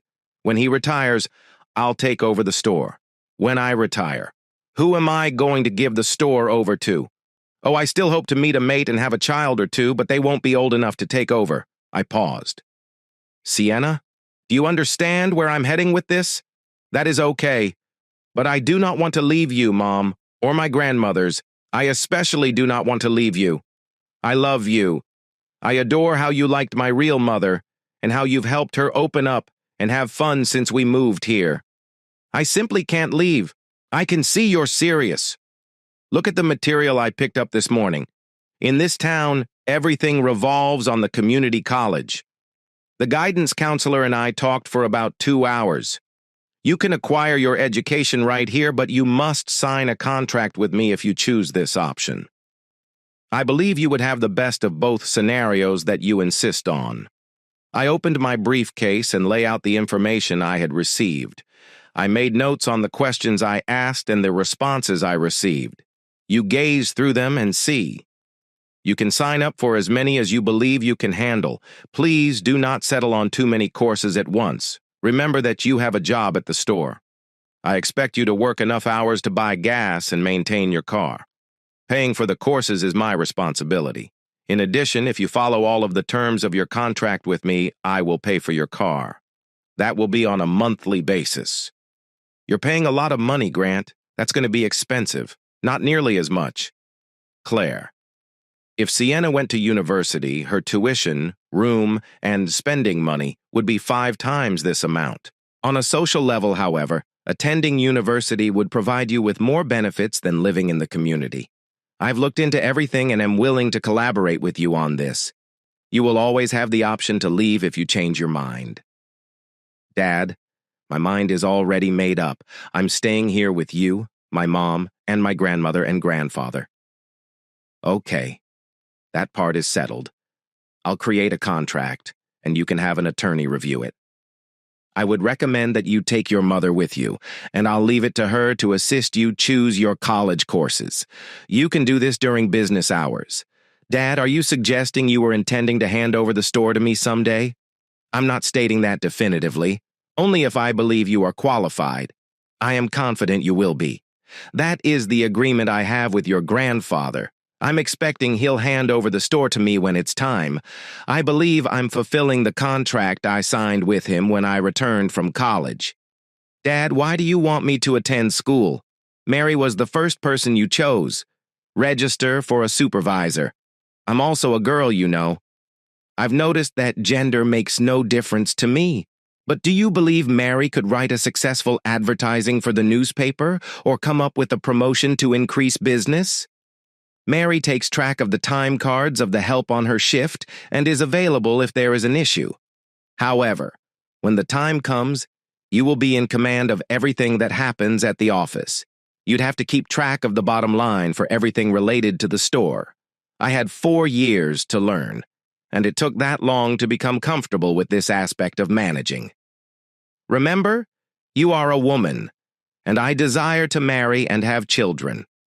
The owner has some flexibility and can take time off as long as he or she can keep track of what is going on in the business. Consider how much time I've spent away from home since you moved here.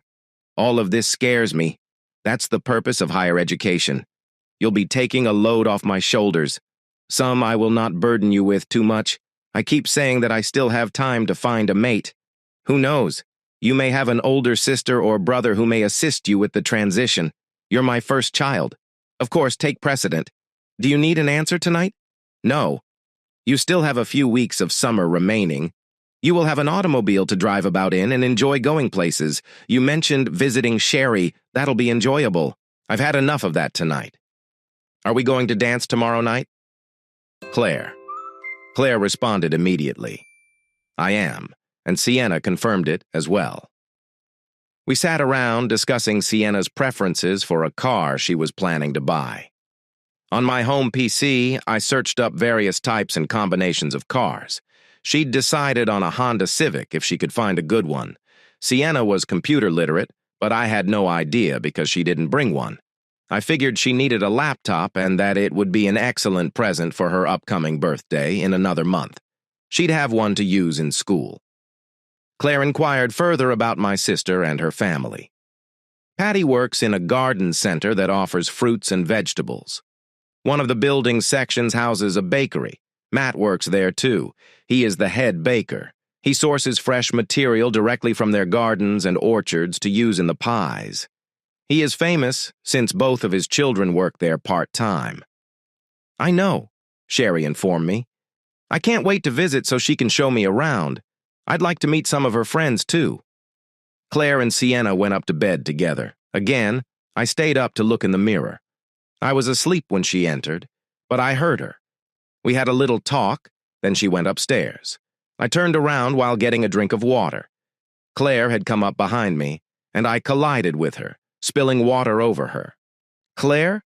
I apologize. I did not hear you. My fault. I did not expect you to turn so swiftly. I will change into something dry. I came down to tell you something. Can we sit for a minute? Sure. Kitchen table. Okay, Grant. I was afraid I was losing Sienna to you, and I wasn't needed as her mother anymore. I know she's your daughter, and she believes you were amazing. I agree. What made you think that? Grant. Think about what you were doing. You've nearly sacrificed your own life for all of us. Sienna, here's the job you assigned me. I believe you would have purchased the automobile outright if she had not offered. I imagined you'd want to enroll her in college yourself. When you invited me to accompany her to see about the course, I understood you weren't trying to lessen my role as her mother. You did a lot of the prep work to make things easier for me. I'll undoubtedly get credit for assisting her, but I know it's you who allows me to continue to play an important role in her life.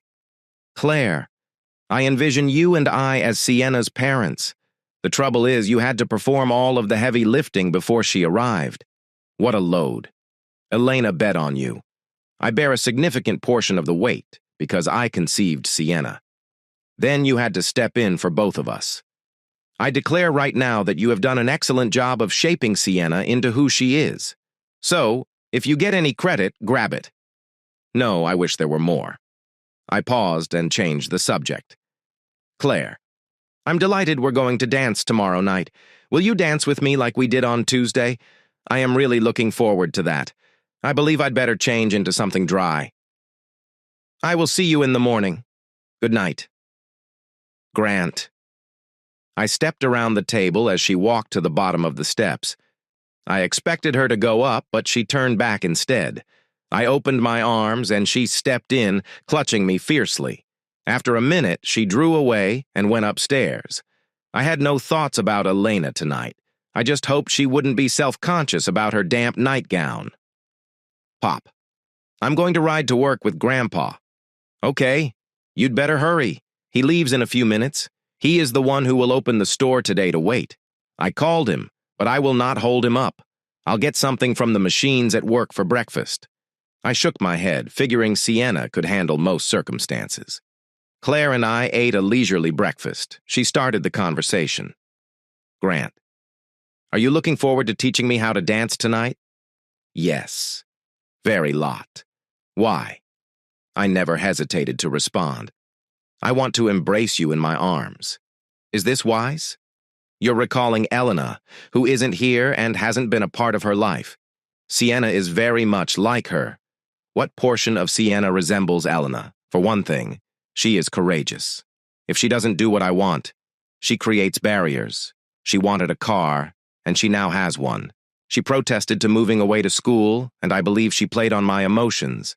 So I'd agree with what she desired. I expect Sienna to indicate that she would have faith merely to have her way, as Elena used to. You have to recognize that Elena was gutsy for leaving home. I could give you a few more examples. You had better. I never imagined my sister was like that. Imagine this. I was traveling down the highway when it was nearly dark. Elena had faith that someone would pick up a girl and treat her appropriately. It fell to me. Then she got hungry. It fell to me to feed her. She didn't have anywhere to sleep, so I invited her to join me in my room, which only had one bed. We showered, went to bed, and rested in the morning before getting up. She requested for a kiss because I had been so kind to her. Here she was, alone in a strange city. I was lonely, too, because I was on my way to an unknown army base where I knew no one. An hour later, she pronounced herself to be extremely blessed. I assume she was protected, and I admit that I never brought it up before things transpired. She expressed confidence that it was safe to continue. I agreed since I fully intended to take care of her when I saw her the following weekend. The Army had different plans. You know the rest. How terrible for you. No, I really missed Elena, but I've had a fine life. Elena did not, and I'm sorry that it ended so quickly for her. Grant. I don't believe she regrets how things ended. I believe she did this to save your child, her mother and sister. I believe she had trust that she could attain her goals. She would say the same thing now if she could. Now. Claire, can you believe this? I feel blessed. I was briefly in love with a great woman. Then one day, a gorgeous young woman entered my life. She was accompanied by 2 more gorgeous women. Claire laughed. Yes, you are truly privileged to have the 3 of us enter your life as we did. Claire, laugh. But the load you believe you have placed on me is not heavy for me at all. Hey, we need to get to work. I also frown on my help if they arrive late. I drove the car thinking about all we'd discussed. Claire spoke gently just as we approached the store. Grant is in the storage unit we hired. I have a shoebox full of family pictures that I've taken over the years. There are numerous photographs of Elena. A few of them are. When she was pregnant with Sienna, not all of the photos are pleasant to look at. My father insisted that if we got the camera out, we shoot shots of him. There was no getting around it. After he and Elena died, I kept taking pictures. I'm so glad I did. I'm looking forward to seeing them. Sometimes I can't recall how Elena looked. We will take a weekend this fall to fetch them. We also need to decide what to do with your possessions while we are there. Nothing strange happened during the day, except that Dad took Sienna and they went looking for a car. She told Claire and me about the one they had chosen on the way home. I told Grandpa how much I needed to put down for a car, and you promised to help me pay for the remainder by being a part of the contract I'll sign when I start school. What did he say about that? He snorted, telling me that you were way too cheap and shouldn't be taking money from me. Graham called the bank and agreed to pay for the entire car. The car is a 2-year-old Subaru Impreza. It has all-wheel drive, so I won't have to worry about the weather when I go to school. I'm going to pick it up tomorrow. I need to have insurance before they place tags on it. Have you gotten the information? I'll contact and get insurance applied when we get home. So Dad thinks I am cheap, but I don't think he thinks you are. I believe he just wanted me. I don't think he was thinking much there, but I think you're correct. Pop, I am going to sign your contract, even though the car has been paid for, and I intend to live up to every part of it. I believe you. I did get insurance for the car. We ate quickly that evening and prepared to go to the dance studio. Claire had applied a little more makeup than normal. She wore a cotton dress that was snug and clung to her contours, unlike what she wore to work. Pop, do you favor long or short hair on women? Whoa! Where did that come from? I'm going to get my hair trimmed early Saturday morning. I'm going to go see Sherry as soon as I finish. Sherry had hers trimmed short, and I'd like to know if you'd approve, love. I would agree if you felt it was vital to have everything cut off. Back when I was in school, most of the girls had their hair chopped short. Girls and women have become less concerned over time. Several of them should, just to keep the strands from getting in their face. I would think they'd get tired of brushing it back, but I believe they do it without thinking. Do what I want. And now, go ask your grandmother if she is ready. Sienna dashed around the house, pulling my mother back with her. Mom looked at Claire. Claire, you look lovely tonight. Grant will have to keep an eye out for some guy who will kidnap you and leave him to die alone as an elderly man. Mom, cut it out.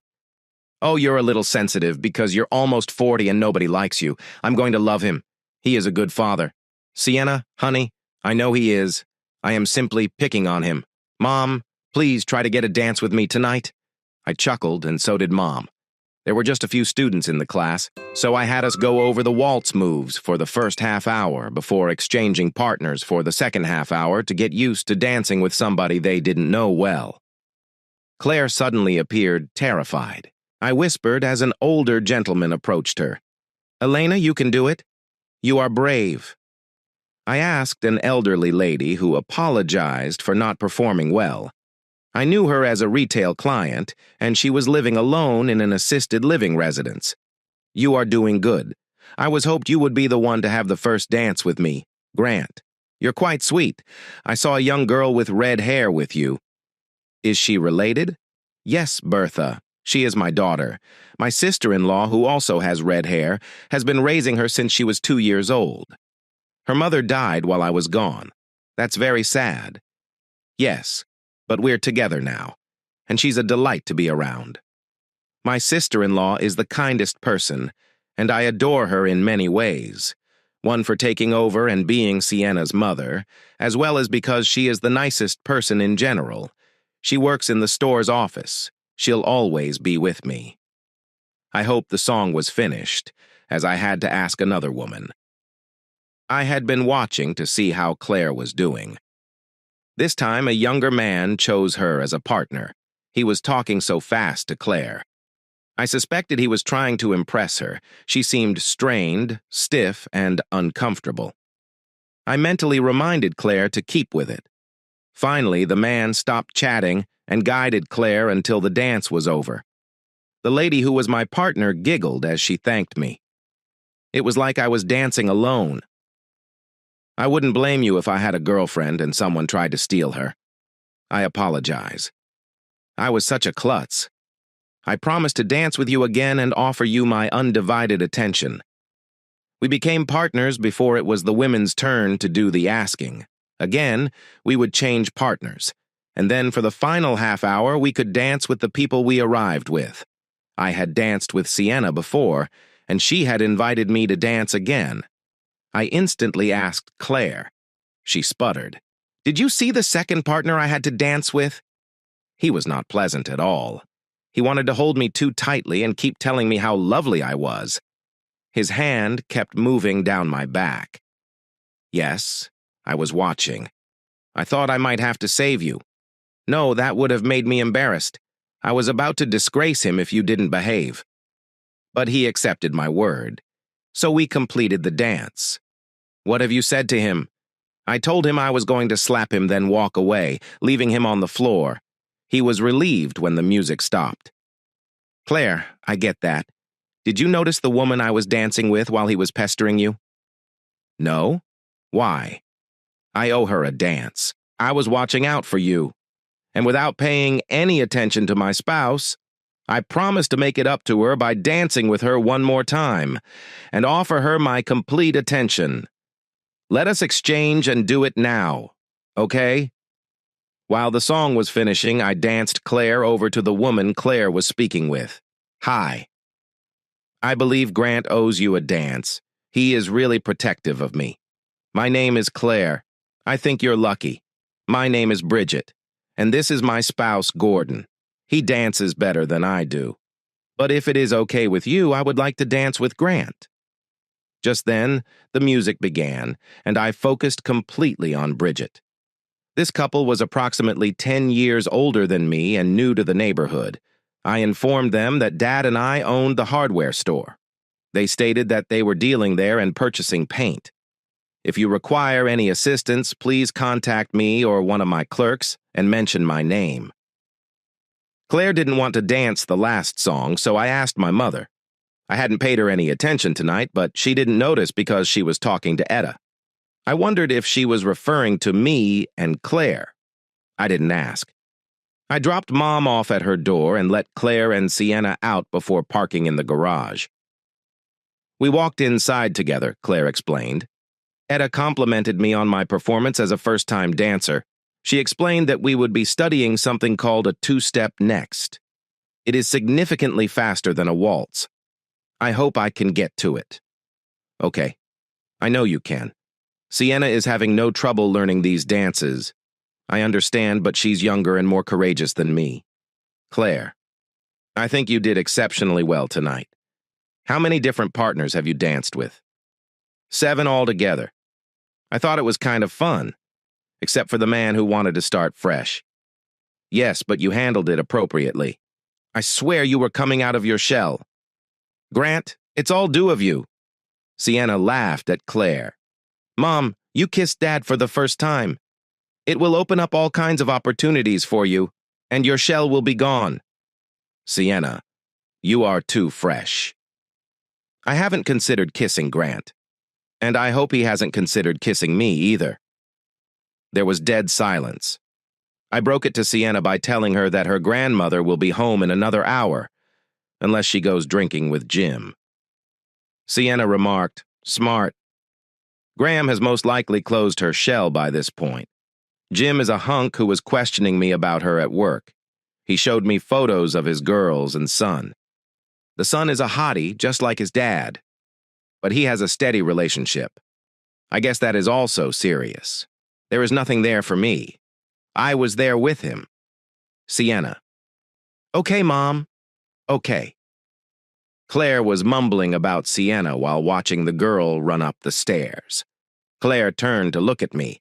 Sienna is generally a sweet child, but she can be overly demanding at times. She is growing up, and I am losing my little girl. You will never lose her. I have never seen a mother and daughter as close as you two. However, I know one thing you've got wrong. Claire, worried, demanded firmly. What did I get wrong? I haven't seriously considered kissing you. I've been thinking about it virtually daily. What about Elena? You said she was constantly on your mind. Yes, she is, but I wish I could thank her for giving you 3 to me. I truly feel she was the one who put things together so you could discover me. I also believe she would want me to kiss you, Grant. I've considered kissing a man, but I'm not sure how. It is something you must accept. I still recall the first time I kissed a female. We were playing hide and seek, and I assumed the female was sending me signals. She was 1 year older than me. We were under some bushes and rather close. I leaned forward to kiss her. She swore and slapped me. We were being looked for, but nobody discovered us. She remained quiet, and I wondered how I was going to get out of this. She then turned to me and begged me to kiss her. I probably kissed her 7 or 8 times in the next 2 weeks before I noticed her kissing a boy who was older than both of us.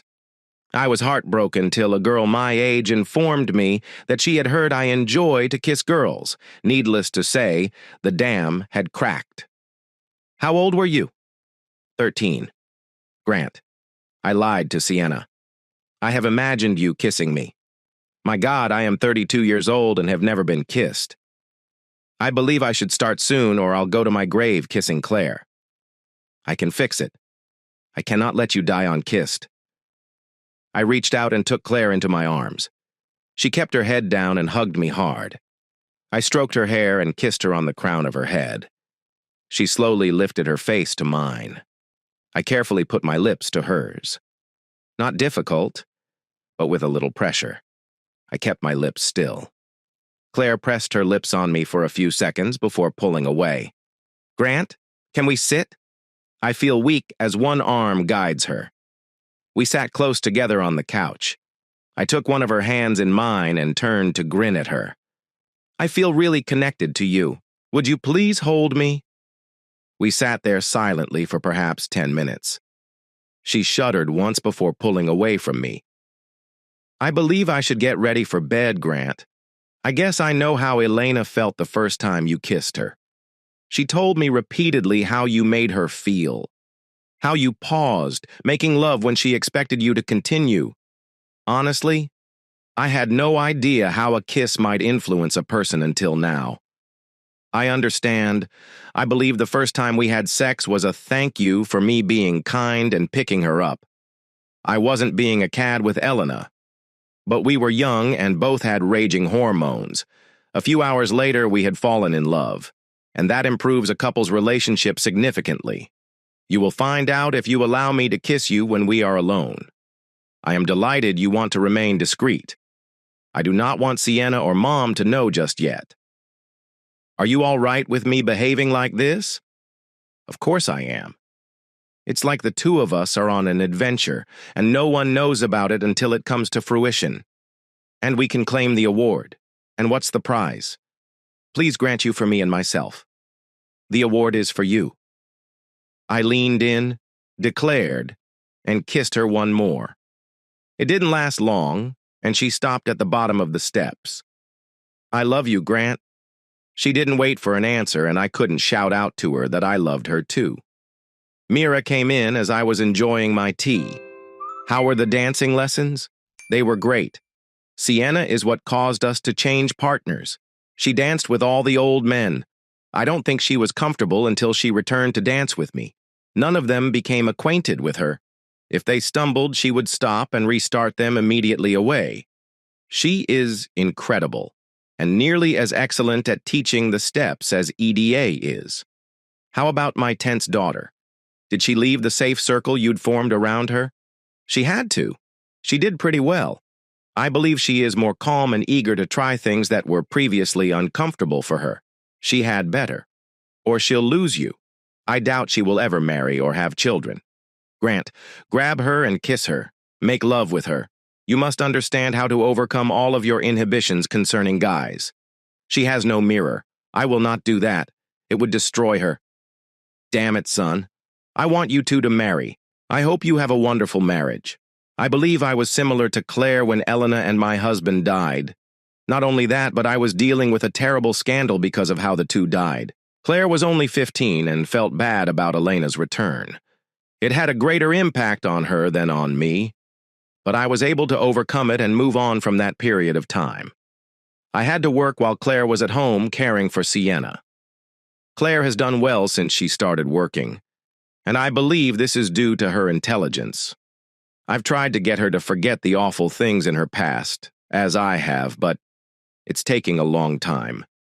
I want to move on with a partner someday and make my family happy. You may get what you desire, but this is not the way to obtain it. I will not compel Claire to do anything she does not want to do. Okay. I was only trying to help. I am not working tomorrow, neither is Jim. He's taking me to the fair and farm show. I have to be back at work on Sunday. This was the first time I did something without Sienna or Claire. I am really looking forward to that. Enough about me. What else is new? Sienna owns an automobile. She picks it up in the morning. Grant purchased it for her. She wanted to use her own money as a down payment, but he refused. And you? What did you pay? I put insurance and registration on it. It's not much, but my father had it all sorted out before they returned from buying it. Sienna struck a deal with me, but Dad purchased it. It is somewhat hollow. Sienna, on the other hand, is sticking to our agreement and continues to attend college. Claire is assisting her in selecting the appropriate courses. We are a family business, and I want both to be part in the future. Grant, you would not adopt me, would you? That child understood exactly what she was doing when she started looking for her father and discovered you. Go to bed, Mirror. I'm opening the store in the morning. Please give me a hug. Christ, I'm almost ready to pursue you myself. You'd better go after Claire to prevent it from happening. I wrapped my arms around Myra. She looked up at me. Don't mind me. I truly want you and Claire would get together. That would make me pleased. Do not give up hope. I will work on it. If you'd quit pressing, I will grant. Good night. Myra got up the next morning and started preparing breakfast. She told Claire and Sienna that she had 2 days off. Sienna was eager to acquire her automobile. Myra chastised her for allowing Gramp to pay for it. Graham, I tried to pay. An honest mirror. Dad can afford it. Do not worry about it. Mira was not done with Sienna. Well, don't be asking for anything. But I did not. I had enough money for a down payment, and Pop was going to help me get a loan for the remainder. I am working, and I could have swung it. Okay, honey. I just do not want Gran to think we are taking advantage of him. We got to work, and Sienna and I left at 10 to fetch her car. The Subaru dealer had called to say it was ready. We returned about midday, just in time for Claire's prepared lunch. Claire walked outside to look at the automobile once lunch was completed. The automobile was one of Subaru's smallest models. This one was red metallic and looked brand new. There were barely 25,000 miles on it. Grandpa had paid for the entire book. Claire explained to Sienna, "It's a lovely automobile. That's Sienna's baby. Make careful to take care of it." "I will, Mom." Dad just came out to see it again. Sienna hurried forward and hugged her grandfather, thanking him. Beautiful automobile for a beautiful girl. There appeared to be moisture in his eyes as he swiftly returned inside the store. We returned to work once noon hour was ended. Needless to say, Sienna was unable to contain herself throughout the afternoon. When we returned home, Sienna was sad since Mira had left, and she couldn't show off her automobile. Mom was present, and that alleviated some of the disappointment. Claire and Sienna had appointments to have their hair done the following morning. Sienna planned to depart immediately and travel to Sherry. I didn't see Sienna, but I noticed Claire had her hair cut and styled. It transformed her entire appearance. My God, Claire, I thought you were beautiful before, but you appear even more stunning now. You prefer more than that. I adore the way you look. It's enough to kiss me. Just one kiss. Though I know we'll be here alone tonight. And I don't want to tease you, but I do want to kiss you. I'd like to, if you allow it. I promise that you will be safe in my arms." Claire entered my arms and placed her lips up. I kissed her, and we held on for a little period. Then I gave her a firmer kiss, which she returned. She then backed away. "Grant, I could kiss you forever, but please, not yet. I'll cook us sandwiches for lunch. I have to do the dishes in the morning, too." Claire, make a modest sandwich and we'll go out for supper tonight. You need to show off your new hairstyle. And I need to prove that I have a new lady. Such beauty has to be displayed. Grant, you are making too much of me. I disagree. I want you to blossom. You're a flower that's been in the shade far too long. You need sunlight to bloom, and I am going to make it happen. Claire clenched with me before pulling away and moving into the kitchen. I followed. So, Claire, should we go out tonight? Just for dinner, I suppose. How about we go to a lounge later and practice dancing? Oh, no, I could not do that. Okay. It was only a thought.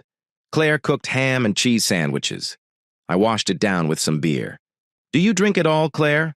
I should have inquired before now, but it never came up. Father used to, and that was part of his problem. If he had too much, he would become quite mean. I have nothing against drinking a glass of wine. One drink is all I need because I start to feel strange. I tried to drink some after Elena's burial. Someone suggested I relax. Mom escorted me to the bar, snuck me a drink, but I simply started crying and wanted to go home. Perhaps it was the circumstance, not the wine. That happened many years ago. Yes, I understand. Mom drinks either a beer or a glass of wine. Sometimes I dislike beer. And I've had a juice glass of wine a few times, but it reminds me of the first time I tasted it. I altered the subject.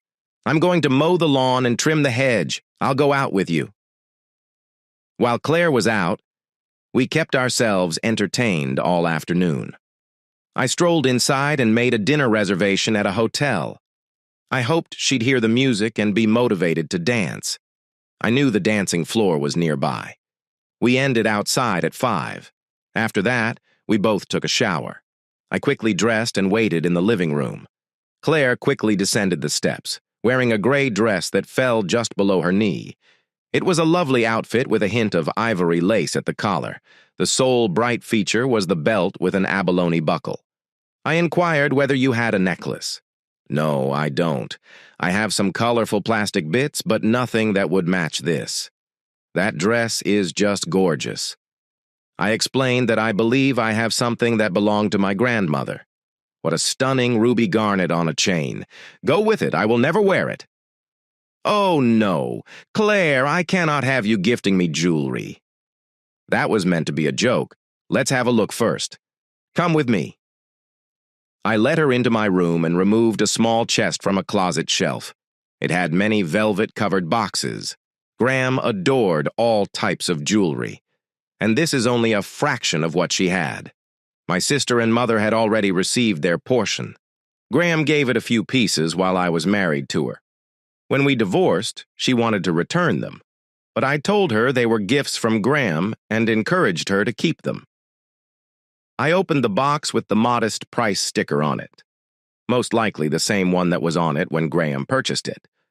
The stone was set in yellow gold and sat in the center, with the chain draped in a forest surrounding it. I removed it from the box and turned Claire around so I could hook it. I then led Claire across the room and unlocked a closet door with a full-length mirror on it. What are your thoughts? It complements your clothing wonderfully, doesn't it, Grant? This should go to Sienna, not me. However, it is stunningly gorgeous. It's simply right. Good. It's as perfect for you as I thought. I'll allow you in, Sienna. Go through these crates someday. It's going to be enjoyable. I suppose we should go out for dinner. I have reservations at a hotel. It is perhaps the nicest sight in town to die. I approached towards the door. Grant, will you allow me to hug you before we leave? When I looked back, there was Claire with her arms out. It turned out to be more than a hug. She kissed me fiercely, not realizing I had given her the tip of my tongue. She jumped and moved away. Grant, what have you done? Did you put your tongue out and touch my lips? It delivered an electric shock to me. I apologize. I was not thinking. I used my tongue. Most girls enjoy it, and it heightens the impact of the kiss. It is quite natural for two people to kiss. You attempt with only the tip. I could feel the tip. Then I touched mine to hers. I'm not sure what it did to her, but I know what it did to me.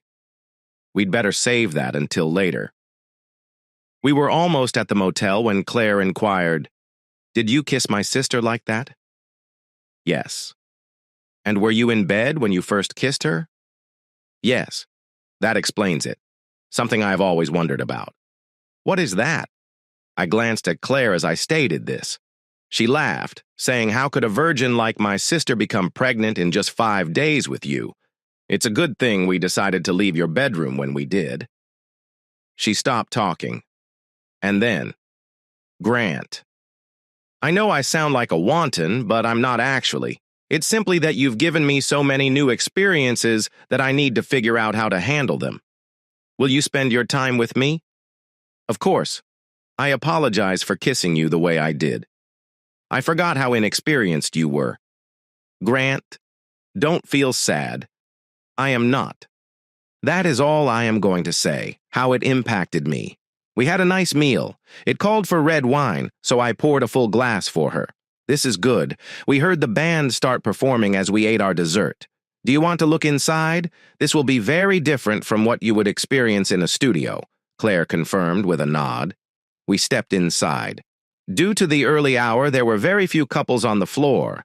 By 10 was, the floor would be overcrowded. Would you like to stay for a little while? Yes. We acquired a small 2-seater table down the side, fairly near to the band. I will get us a drink. Liquor purchases pay for live music. What would you like? Wouldn't soda be cheaper? No, not really. Approximately the same as beer or certain mixed beverages. I will get you whatever. They have both white and red wine. That might be what you want. As long as we have drinks, we can retain the table. Okay, I'll drink white wine this time. There were 2 bars in the room. There was one on either side of the room, making it easy to buy drinks. I soon returned. Claire tapped her foot to the music. Right as I sat down, 2 ladies came up. Hello, Grant. It's been a long time since I saw you out and about.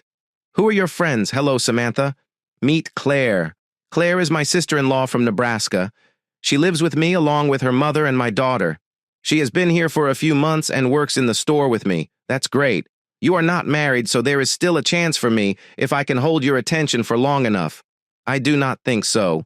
Claire was my first wife's sister, and she raised my kid for me. My wife died, and the family has come together, since I am the girl's father. Claire has mothered her for the past few years. We may decide to be a pair permanently. Anyway, we're investigating the situation. I never realized you had a wife. Elena was my army bride, and we had a long-distance marriage. Did not work out. We were young at the time, so we parted up. My baby is as stunning as Claire here. Okay, if you can. I'd like to have one dance with you. Enjoy yourself. Samantha and her friend left us. I sat down. She seemed pleasant. Okay, I think, although she seemed a little wild. I bet you gave her tongue. I did, but she was focused on getting all of me. There was no love there. At my age, I am looking for love. Claire was sipping her wine, and it was soon completed. Can I have another glass of wine, please? If you guide me, I might get up and circle the floor.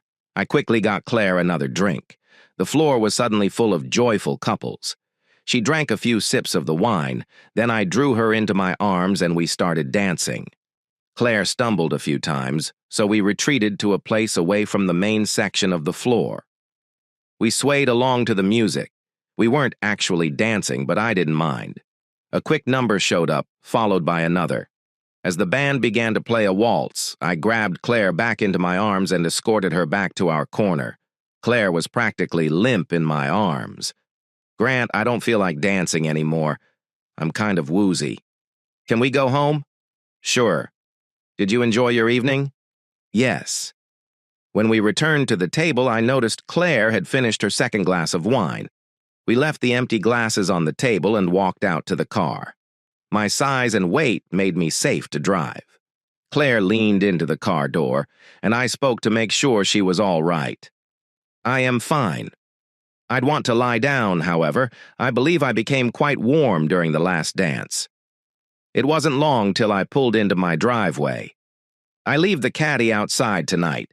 Claire almost fell out of the car when I opened the door. She was clinging to me when I let her into the house. Grant, may I use your bathroom? I can't make it upstairs. I helped her get there, and she shut the door. I left my door open, which was located directly across the hall. I turned on my lamp and returned to the living room. I took up the newspaper that I hadn't had time to read. Here's the next story. I instantly realized Claire had not responded. I went down the hall and saw the bathroom door open with the lights on, but my door was locked. Opened it and entered. Claire took off her pantyhose and left them on the floor after seeing her on the bed. She tried to remove her dress, but it was buttoned up the back, and she missed half.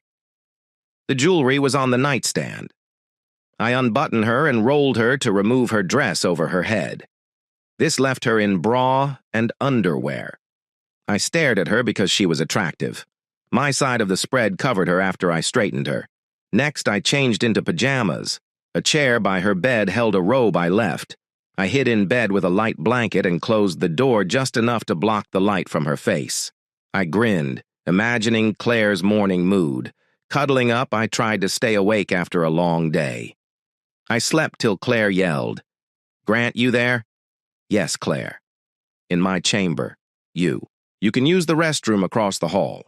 A robe covers the chair. Put it on to remove underwear. See you in the morning." Claire never reacted, but I could feel the bed shake as she got up. I heard her snort 10 minutes after she got back into bed. Upon waking, I fell asleep. Claire was gone when I looked up. After using the bathroom, I changed into loungewear and a robe. Claire brewed coffee in the kitchen. "Hi, happy to see you making coffee. Need a grant. Want me to leave?" I'm shamed. Last night, I told you I wasn't wanting. I act like one then. There were tears on her face. "Only 2 individuals know what happened last night, Claire. Without finishing that last glass of wine so rapidly, you would have come home, hugged me, and gone upstairs to bed. I fought to remove your dress, but it was worth it. Your beauty is remarkable. However, you are pure today as well as yesterday. Did you enjoy dinner? Did you like my dancing? Will you enjoy both with me again?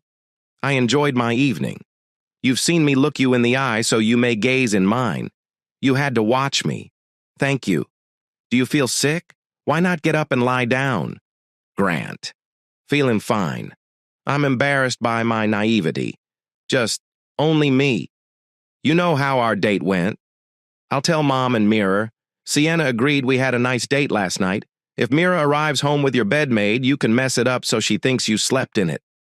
Claire stopped everything and climbed the stairs.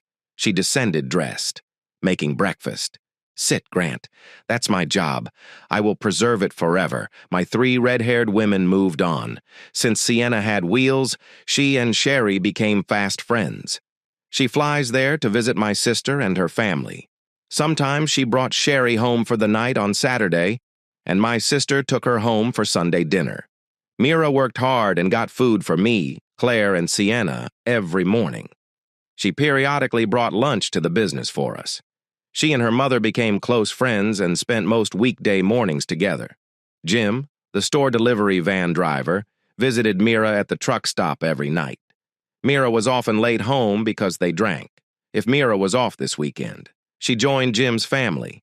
She was happy and will live with Jim after his family got used to having her with their father. Always. She encouraged me to put Claire to bed. Perhaps my Claire courtship strategy was wrong. This behavior was juvenile for a man my age. Claire might reject me and return to her fear of men if I moved forcefully. If nobody was around. We kissed, hugged, and took hands. I awaited the appropriate moment to kiss her and stroke her beautiful body. We smiled at anyone nearby, but not so much as to appear closer than siblings. I wanted more, and knew she would become a passionate lover if I restrained myself. I might await the right time. We showed affection, giving me hope. Sienna chose her community college curriculum and started classes in season. To help her pay for her car and other necessities, I gave her flexible store hours. I was proud of my daughter's academic dedication. Claire and my relationship changed, so we started sexually taunting each other. Claire would periodically brush against me, and I would accidentally touch something erogenous. I'd hold my hand till she tensed, then withdraw. It became game. I laid my hand on her leg above the knee while watching a movie on the couch. Every few minutes, I raised my hand slightly. "Grant, what's up? Stop it!" Claire glared at me. I pretended we were 16 at the movies.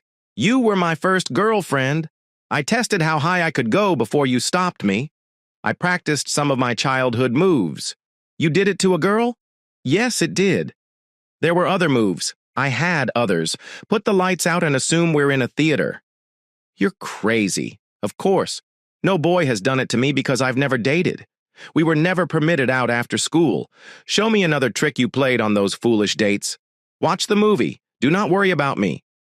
Claire sat nearby. After 10 minutes, I stretched and moved my sleepy arms.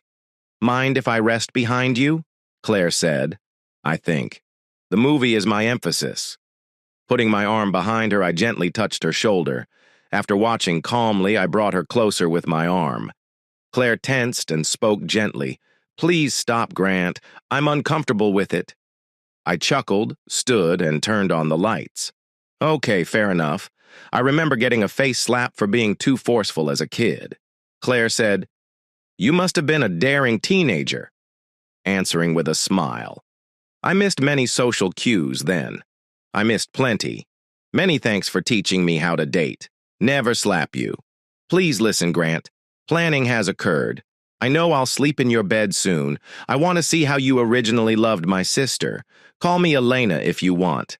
Claire, I've almost forgotten Elena since you arrived. I think about you daily, all day. Tell me your plans." I claimed I had. "I stored a box of photos in our storage facility. Can you take October Thursday and Friday off? I thought you and I would empty the unit. The shop van should work. I'm sure it won't contain my treasures. Get a motel. I'll drink wine and manipulate you. Do you want this?" "Yes, but I doubt I'll need wine. Nearly brave enough to have it tonight. Sienna may be home tonight, but Mom may not. I think you should know. Mom is almost ready to move in with Jim. She told me not to worry if she didn't return home one night. Why delay until October? 3 weeks away. Sienna and your mother anticipate this. Mira keeps nagging me because I haven't seduced you. I know she's told me countless times. Grant, please let us be alone without distractions like work. I want to tell everyone at home. You and I are dating and considering marriage if you think I'm a good wife and invite me over tonight. Will we wed? Yes, I will. Man, who will make me female? It scares me, but promise to continue once we start. I cannot promise not to say no if you do. Don't you desire marriage first? No. I want to be like my sister when she made love to you. She got pregnant. Bear in mind. Perhaps I will. Only if you desire a baby. God. Take future year into account now. We could have a 2-month-old. Have I excited you? The idea of me bearing your child? No, sweetheart, you. I adore you. Your enthusiasm is evident, if only you knew. Grant, may I freely express my opinions knowing you will listen without judgment, of course. Claire was gently embraced and her hair rubbed by my palm. I kissed her forehead and lightly stroked her nose, smiling. She craved connection and leaned closer me. Claire moved and put her head on my lap. Her face was calm. I reassured her by softly petting her cheek. Her sigh was heavy, lost in thinking. I held her quietly, comforting her. Her head rose and she spoke. Grant, are you okay? I may have overreacted. Never have I felt so calm, as if I could relax. I was exclusively for you. I'm waiting for your request. I guess I just forgot to say anything. She laughed. Thank you for coming. I imagine a happy, loving life with you. It seems like someone had to be naked for it, either magical or something. No, that was you. After knowing for years, you found love waiting for you. After hearing about a new book, you opened it to see if it lived up to the buzz. You were probably on page 10, with many more to go. Elena was honest about making love. I had no idea. How about Grant? Your knots must be tied. I'm your teacher for now. I'm fine. If I know we'll end class shortly, We'll make amends, I promise. I'll demand that. Mira got home before noon and had to be ready for work at 3. So here I am at home alone. Has anything noteworthy occurred? Mom, what do you mean? Maybe nothing happened if you can't react. Shaking her head, she went upstairs. I approached Claire and kissed her cheek. Daily routines were similar. Claire and I were store employees. Sienna worked 10 hours a week and studied the rest. Dad took Claire, Sienna, and Mom to a restaurant on his dime. Dad tried to get Claire to drink, but she refused. She felt awkward telling him. Claire disclosed I promised to drive her to Nebraska that night. Storage facility closure. Simple, Sienna said. I want to go, Mom, Sienna. Space is limited. To help me save on some products, Grant borrowed the store's van. When do you depart? Very early Thursday morning. I want to see my co-workers. Some things to sell or throw away. Wish it wasn't on me. But your grandmother works. I believe you have an afternoon class. No dancing lesson has been missed since we started. You've always liked dancing. That calmed Sienna. At the time, my parents said nothing. Just before we left Grant, Mom did. I sense this trip is more than you're describing. Its purpose? You can notify me when you return. Mom, I could never deceive you. Just before Claire got in the van, Mom desired her embrace. You enjoy each other, waiting to hear about your trip when you return. We'll inform Mom. For the most part. That suffices. Claire spoke before we reached the street's end. Your mother knows, right? I think so. She asked nothing. I could never hide from her. Claire had booked us a motel for the afternoon. We had lunch at a nearby diner. Are you ready to decide what to take home? Is that stored? We could accomplish much. If space exists, we can skip loading. I could ask the office whether we may hire someone to take our trash to the dump. Okay, I'll review and decide, except a few personal items. I would have ended the lease. Avoid doing it. You own the lease, which is unjust to the facility. I know, but my father would have done it. Claire, any fond memories of him? No. I stopped talking. I asked the overweight office lady if she knew somebody to clean up the unit after we left today. She didn't stand. She shouted behind. Doug, examine Unit 77. They want rid of stuff. They are paid until December 1st. Out came Doug. She must have had a brother. He was identically heavy. Does it have anything nice? Not sure. My wife is managing it. Out we went. Where's your car? I won't leave down there. The girl has it. Walked up. Leave whatever you don't want. Paying that far ahead does not qualify for a rebate. I'll return the keys to the office tomorrow and have a paper confirming our agreement. Ready for me? Doug mounted the stairs and let the door crash behind him, growling. I laughed and walked. Claire laughed too. After telling her there was one great recliner and 2 straight chairs, I thought Claire and I could load the fairly new 10-cubic-foot refrigerator. I'd store it in the cellar for parties. The old furniture was in bad shape. No further action. Claire was mostly interested in wall art. When Sienna was smaller, I made up stories for her while she looked at them. They are worthless. I found the photo box. They document my life. I'll get Sienna's doll box. The Raggedy Claire doll's head father cut off, making Sienna cry. I restitched it for her. They bring back good recollections. Claire probably has few joyful memories. Grant, load them now. I won't return, okay? We'll drive less tomorrow and Saturday. 2 of my plans work. We loaded everything. It just took an hour, but we spent a lot of time covering the pictures in our blankets. Straps and knots secured everything in the store. Claire and I visited the workplace. The obese lady wrote a letter on their letterhead claiming that the keys were returned and the payment was complete. What we put in the van didn't affect driving. The load was light. Driving into the motel, I locked the van. I followed her in as I opened the door. No one answered. Dinner out tonight? Just thinking about what's going to happen makes me shake. Grant, I have a concern and something to say. Claire confronted me, shoulder bag open. A document was in her hand. Grant, from what I've read and heard. First time for a woman is painful and nasty. My doctor performed a procedure in her clinic after we discussed it 10 days ago. She watched my reaction to what she said.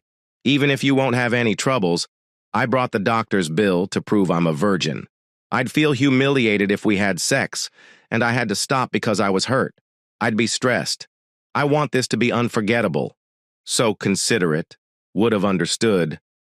I know, but I want it perfect for you. My mom said you hadn't had sex in a while before I met you. I've been with you 5 months. I've never had sex and am excited.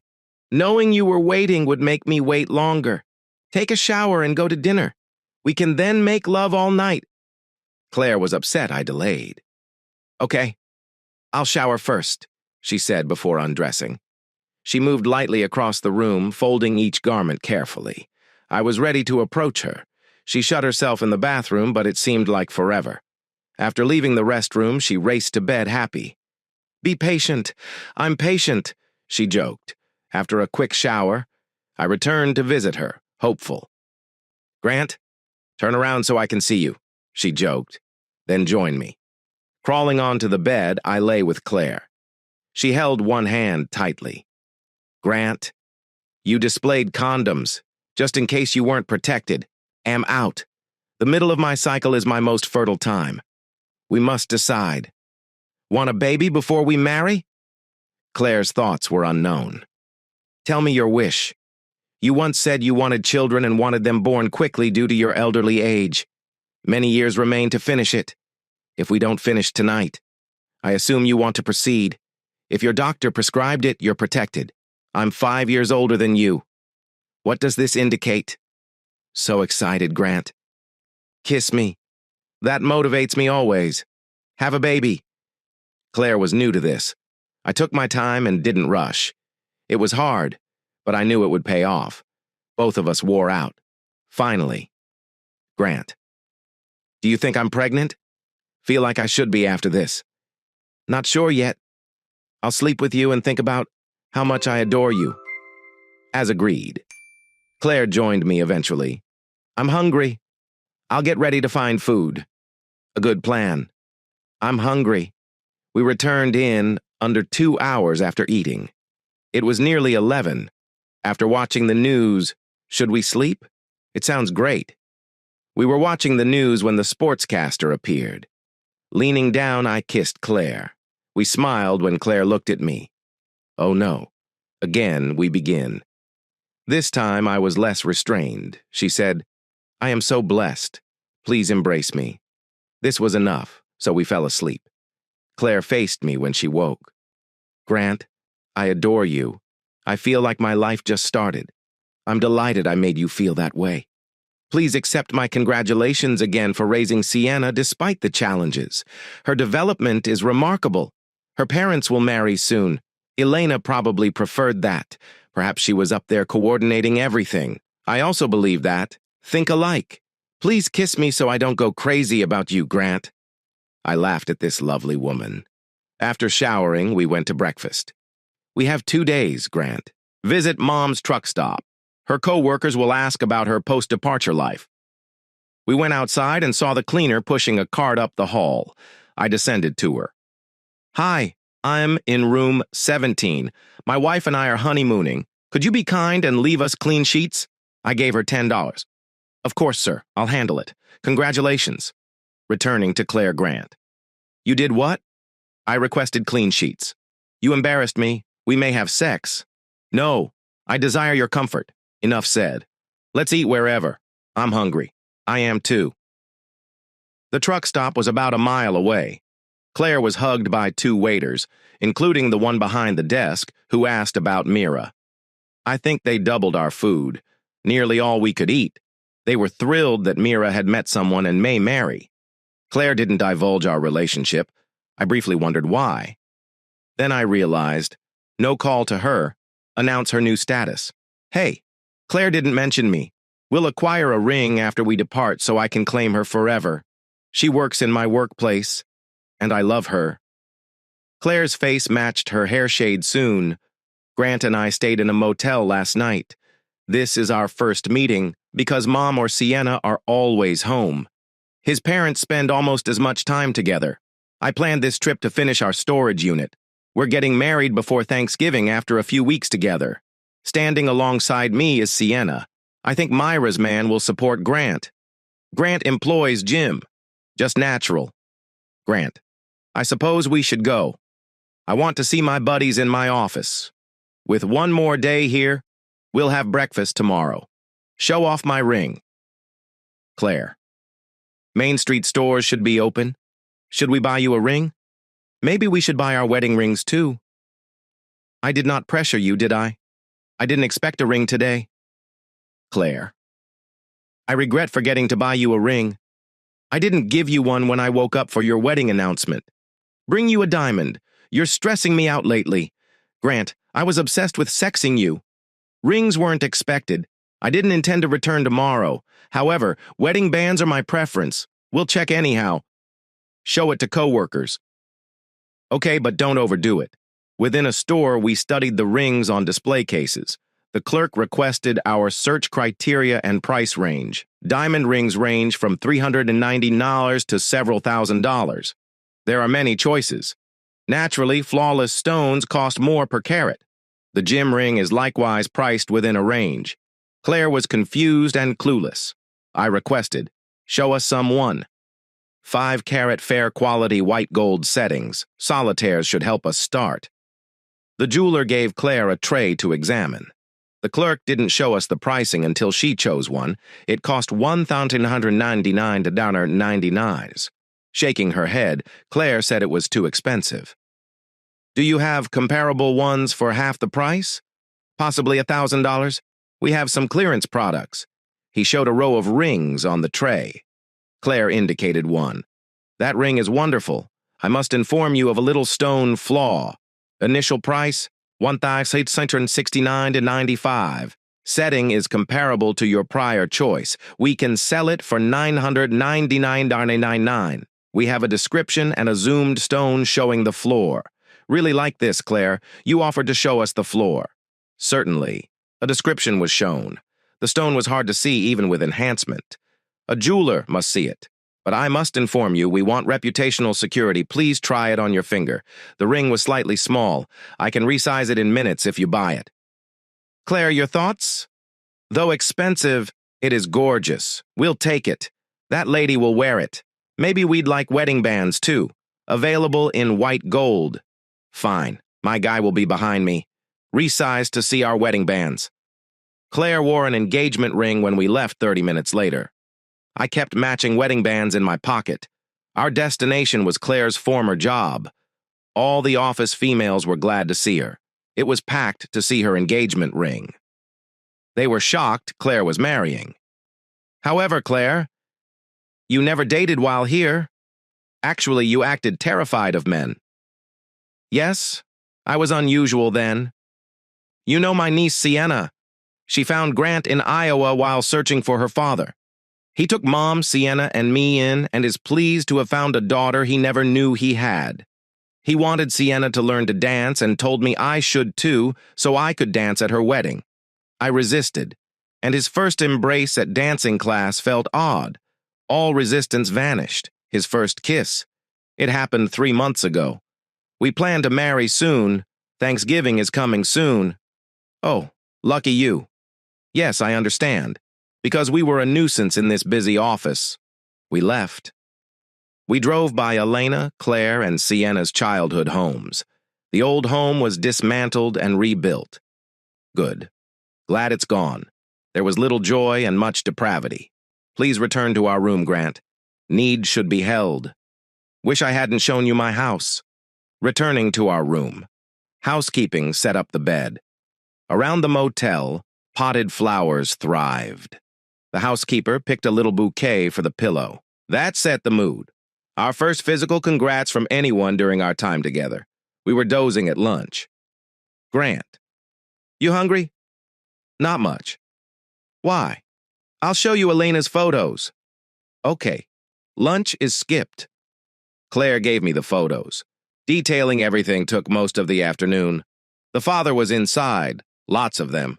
Mira was least shown. Father considered her nothing. Chattel, you might say. After his father died, Graham rapidly reverted to normal and was relieved to be free. Claire placed Elena's in a pile after the box was empty. Organizing them took several minutes. Elena lived here, Grant. Small girl here. Elena, 7, has a cast and a broken arm. Father said she fell and father rushed her to hospital. Elena rarely mentioned her fall. It never said her father or mother hurt her. That happened when I was 2. My name is Elena. In 9th grade, she was blossoming. Still cute. Claire, where are your pics? Few people were in the box. Some are in my bedroom. I was brattish. I don't show anyone. Not even I. Your role is husband. Okay, maybe when we get home. Listen to what I'm saying about Elena. Around the time she fled and met you, she looks her finest. I've pondered whether I could enlarge or frame it as a portrait. We will do that if you wish. When asked who her mother was, Sienna should glance at it and answer, "This is my mother." Don't want it? Not needed. Got you. You're nice. Elena is shown. Father brought her back from Reno. Look closely at her black left wrist. Her father shackled her, bruising her.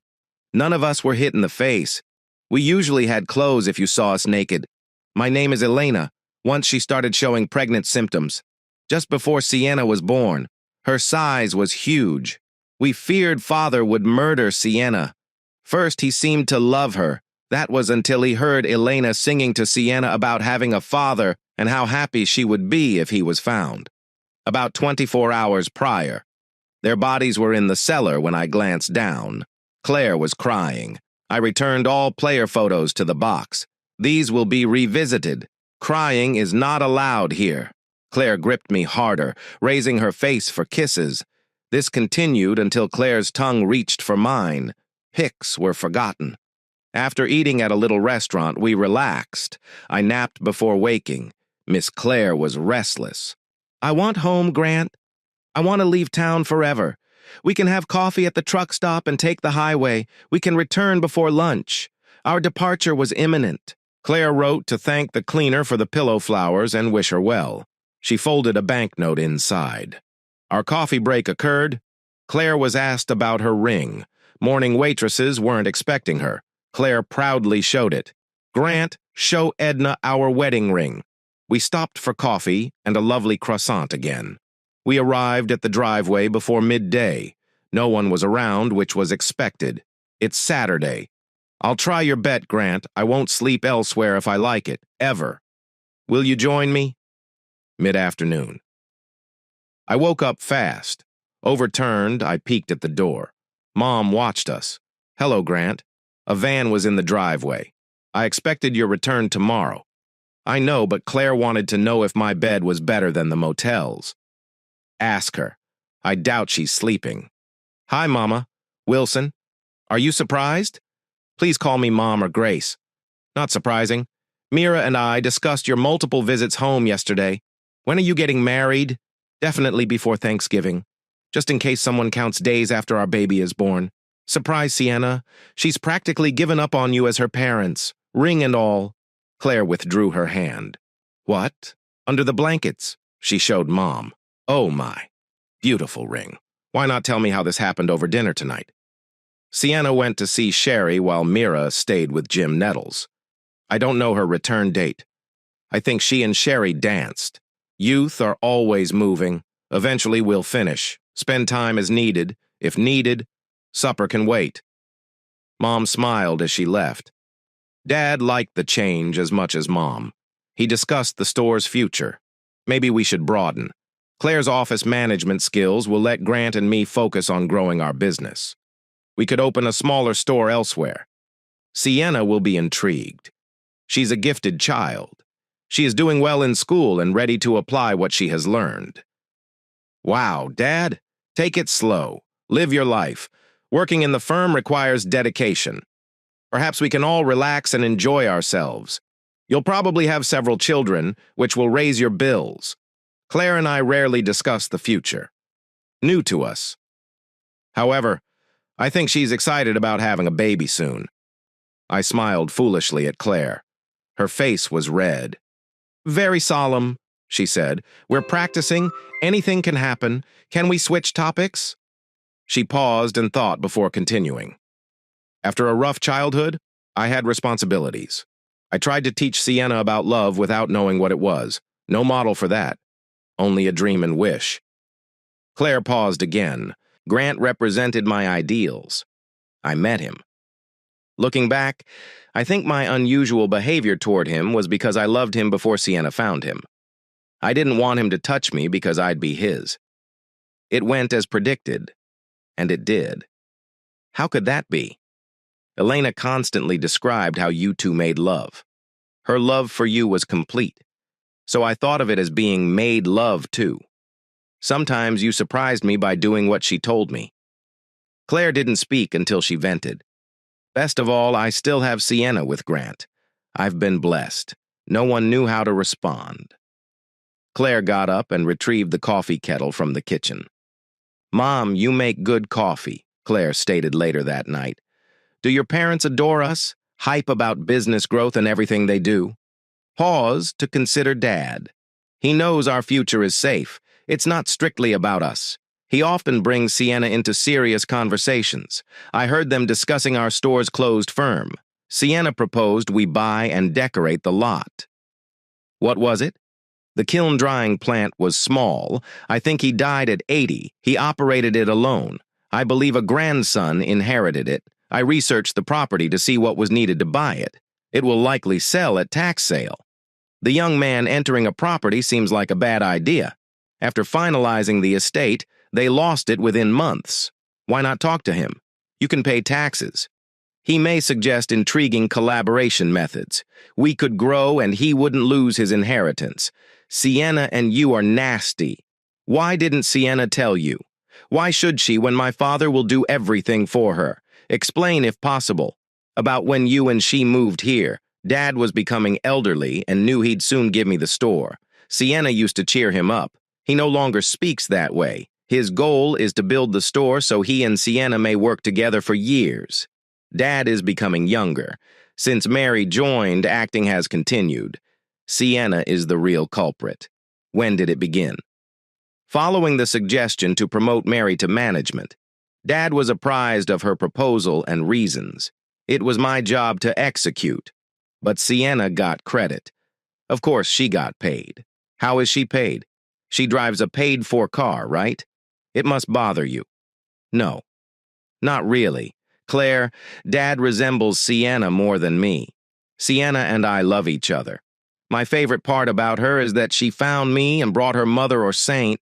It was her main ambition. You watch. Always our daughter.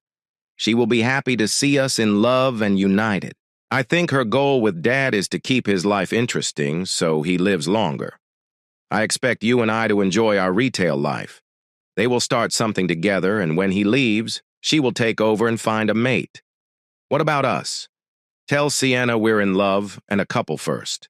She will see that we are happy and withdraw, leaving us to live happily together. She and her father will get serious about something she likes.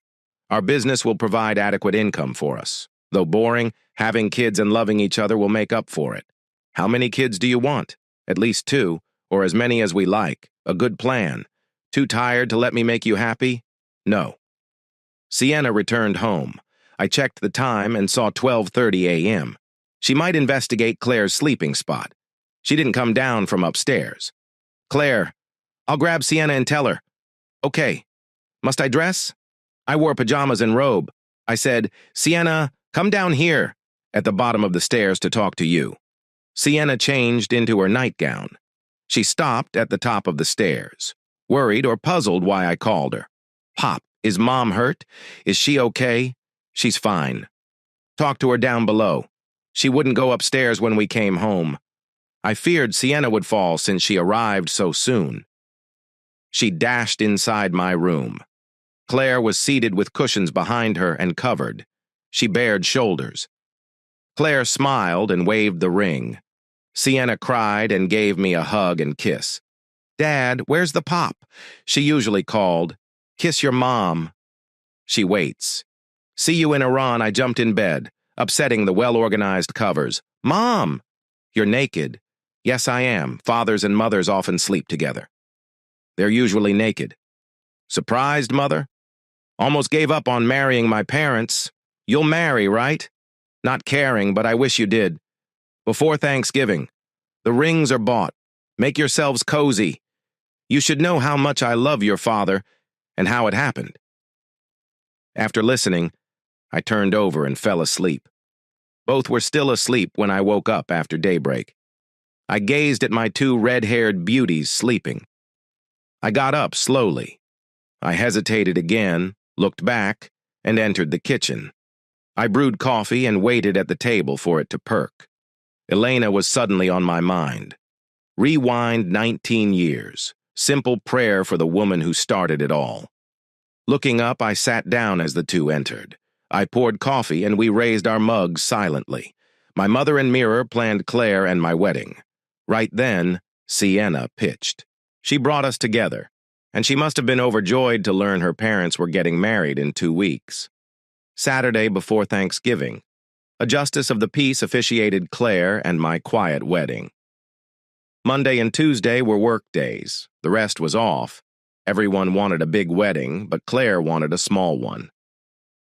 We celebrated Thanksgiving with Patty and Matt.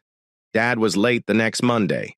When the business closed at 8 cow, Sienna would pick him up from his late afternoon lesson. Sienna chatted with a classmate before heading to the store's back parking lot, where Dad would be waiting. She drove into the parking lot and saw only one light near the building's entrance. The Subaru lights highlighted the rear doorway as she spun it. The grandfather waved. Gramps headed toward the crossing as Sienna approached.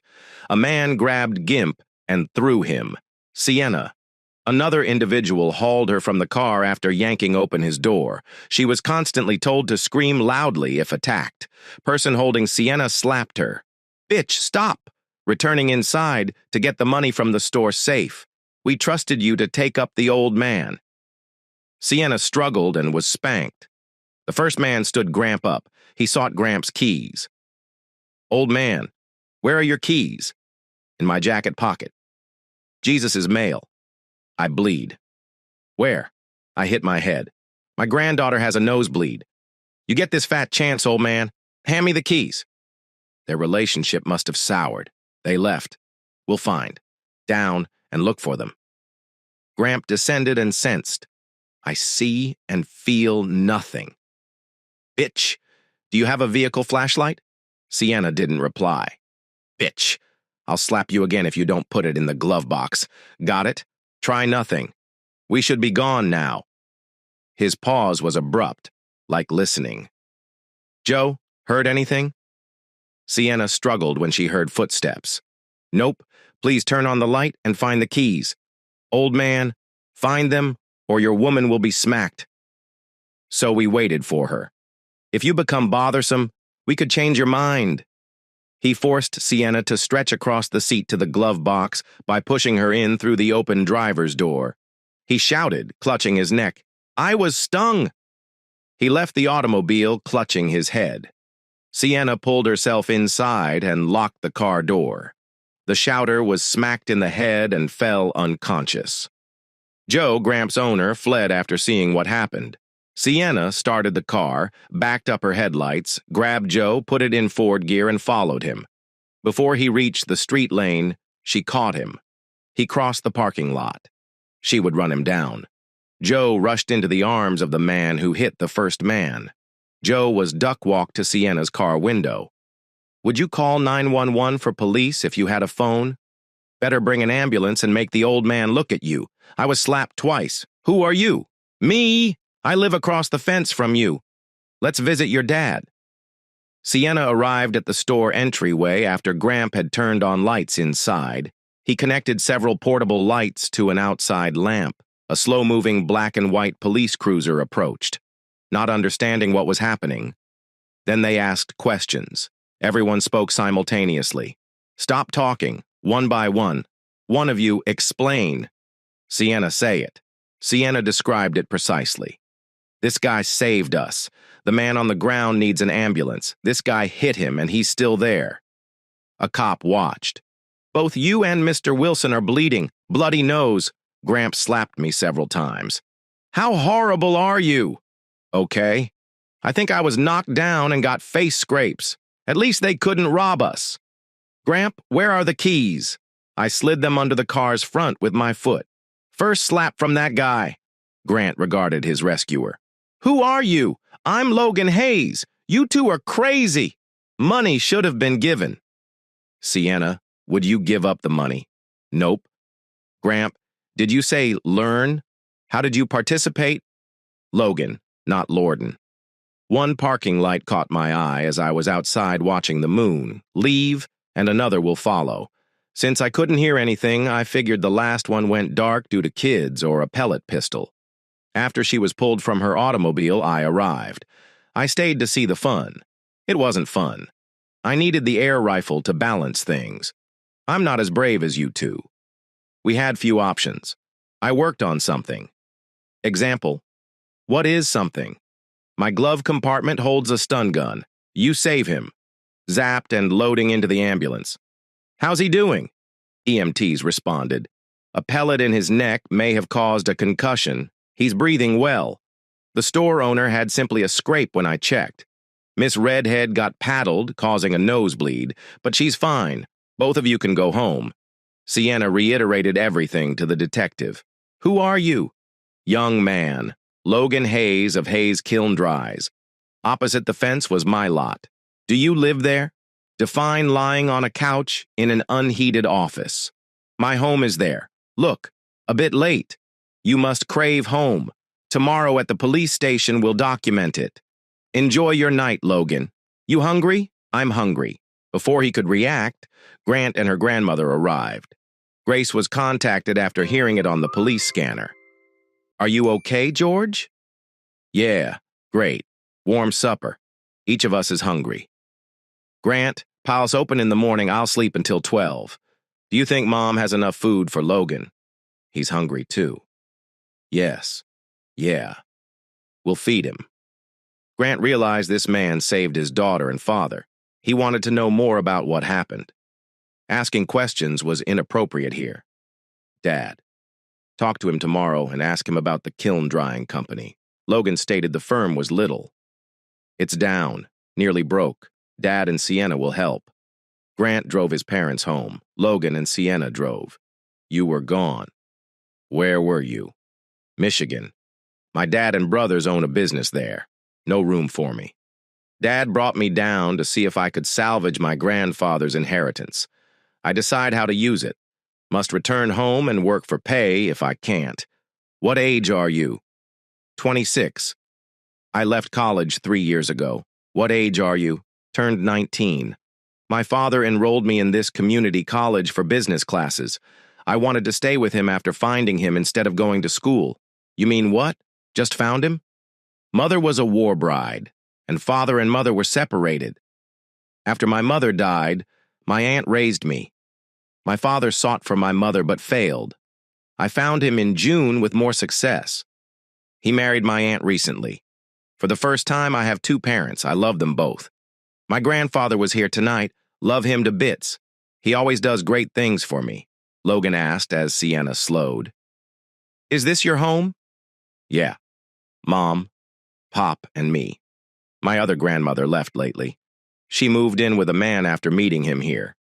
Each of us works in the store except her. At the truck stop, she operates the afternoon shift."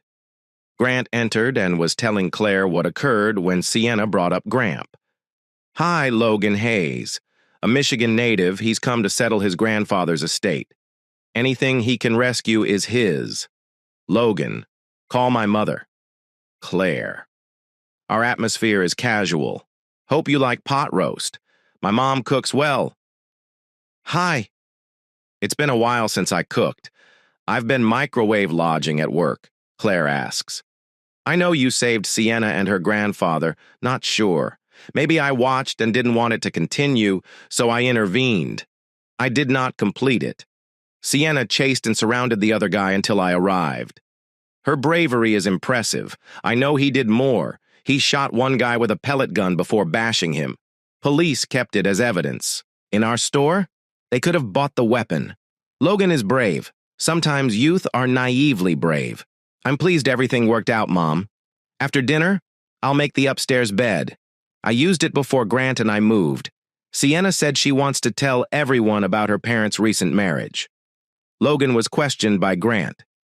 How are you handling the kiln drying company and property? You said you were broke. Just almost. The property has hefty back taxes. I have enough to pay them, but not restart the business. It seems unprofitable today. Middle of fields. I hate selling the property, but it looks like I have to. It was my grandfather's. Take the money and start something small or somewhere, Logan was asked by Grant.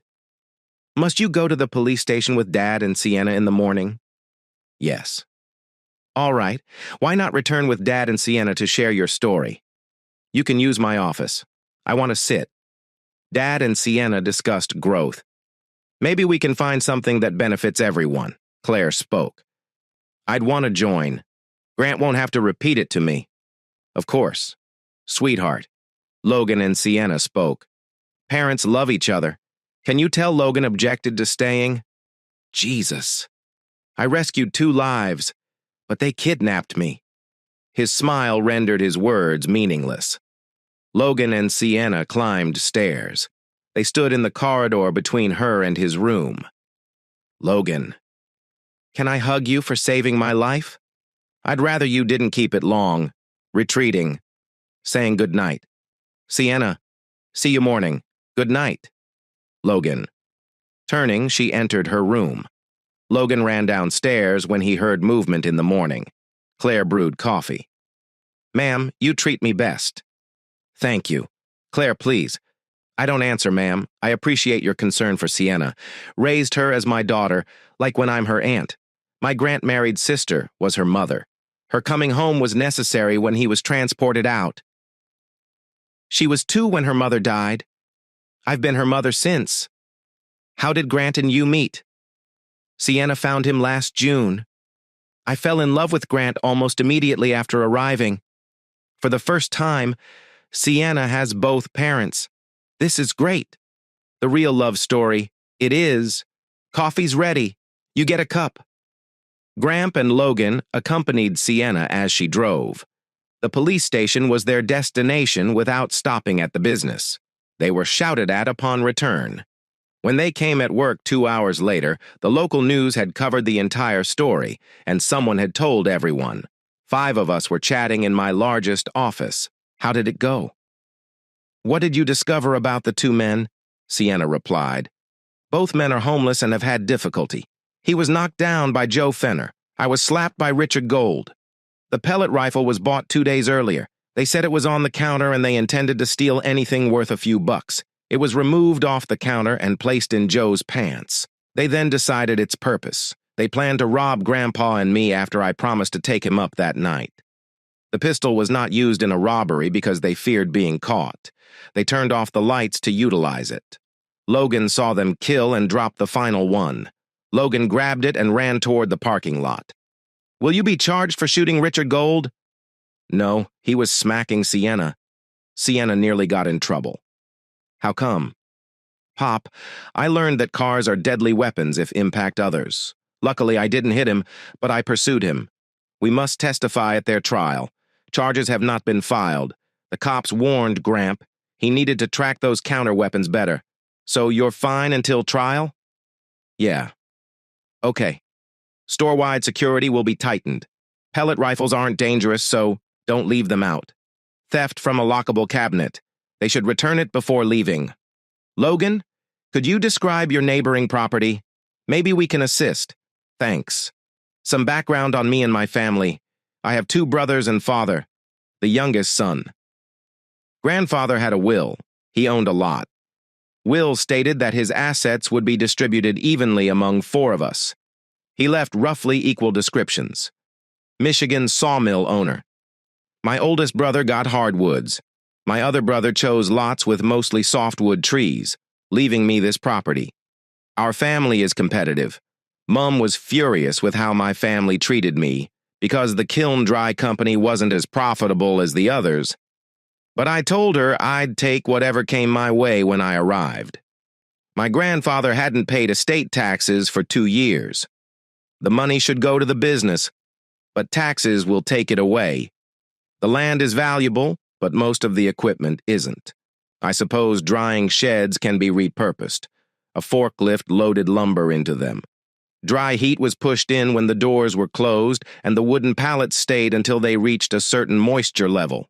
If properly covered, the lumber would be stable at that moisture level when they came out.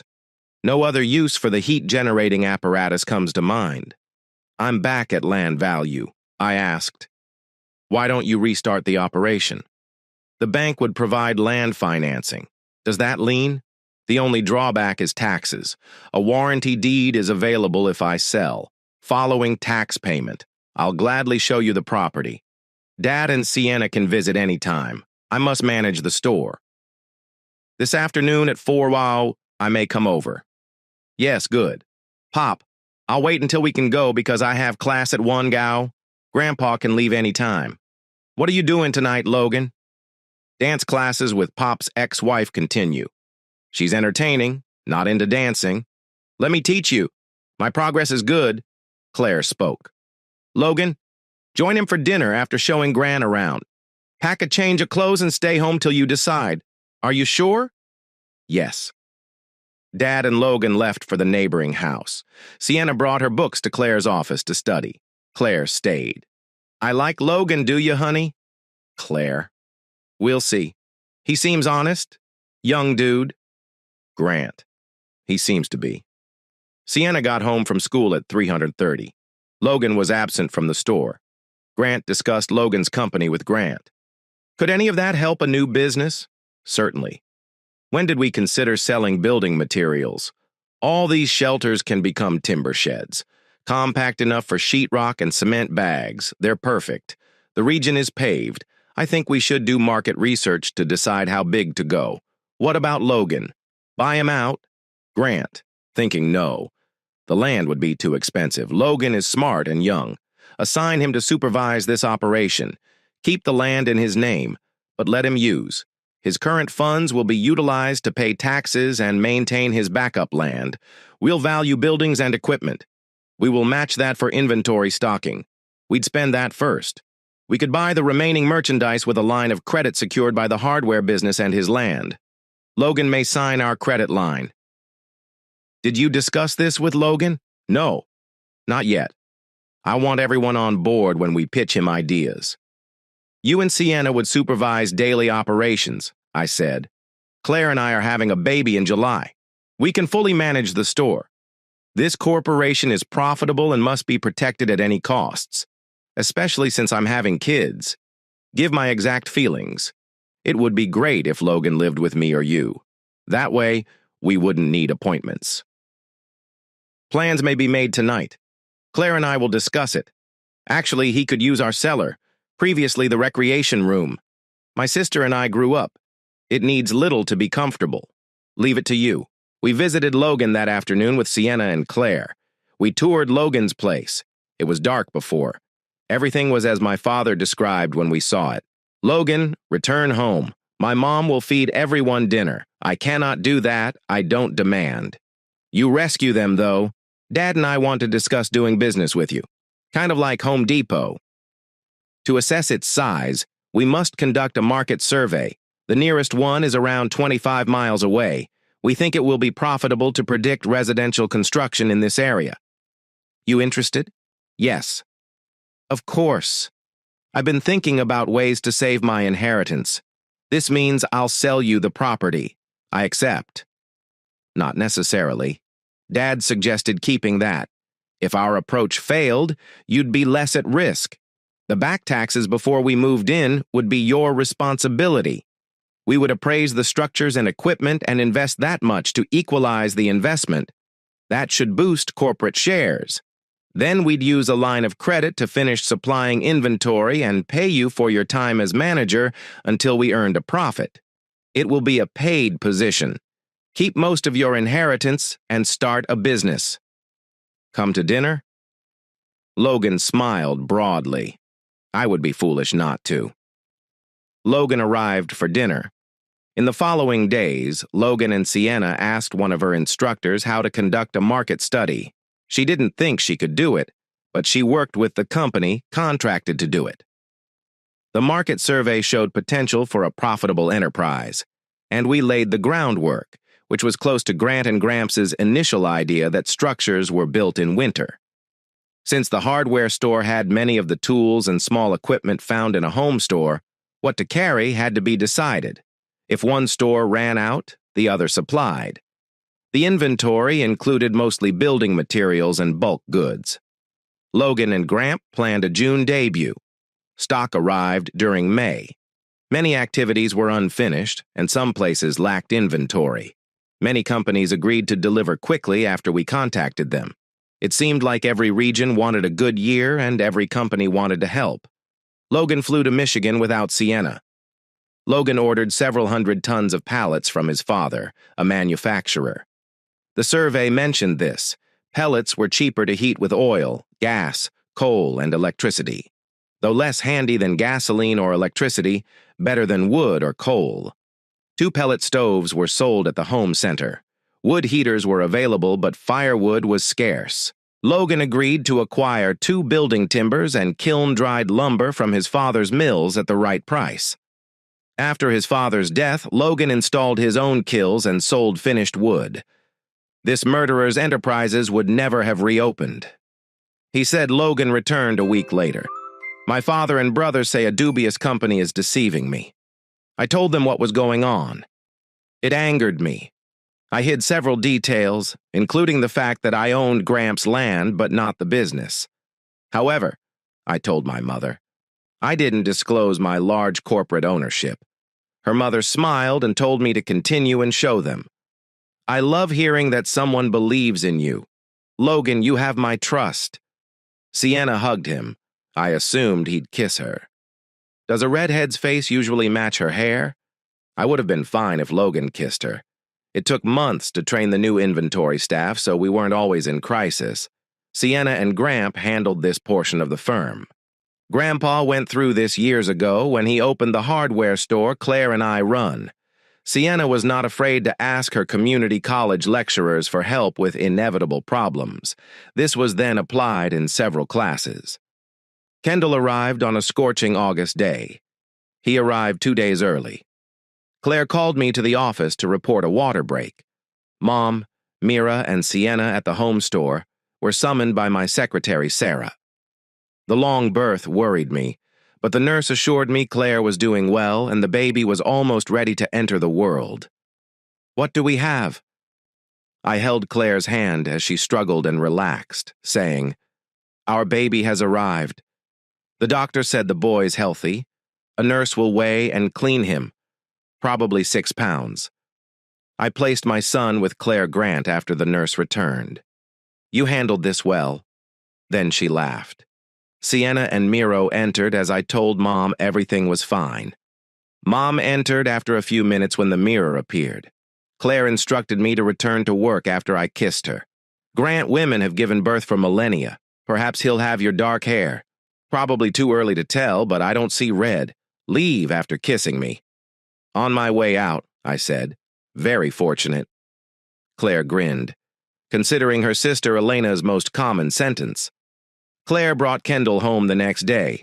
Mom spent most days with Claire. She occasionally just stared at Kendall, smiling.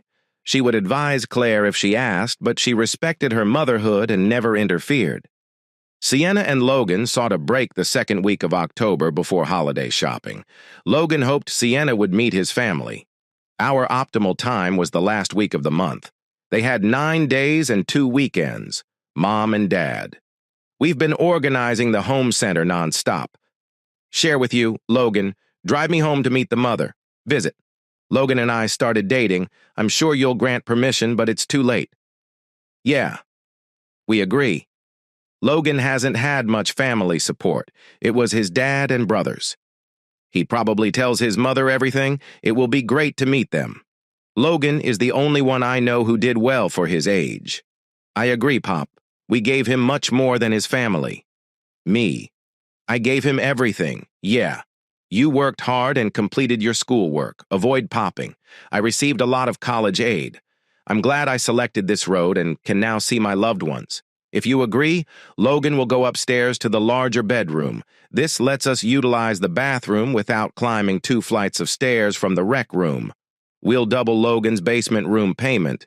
We need not live on your dime. Kind of you to think that.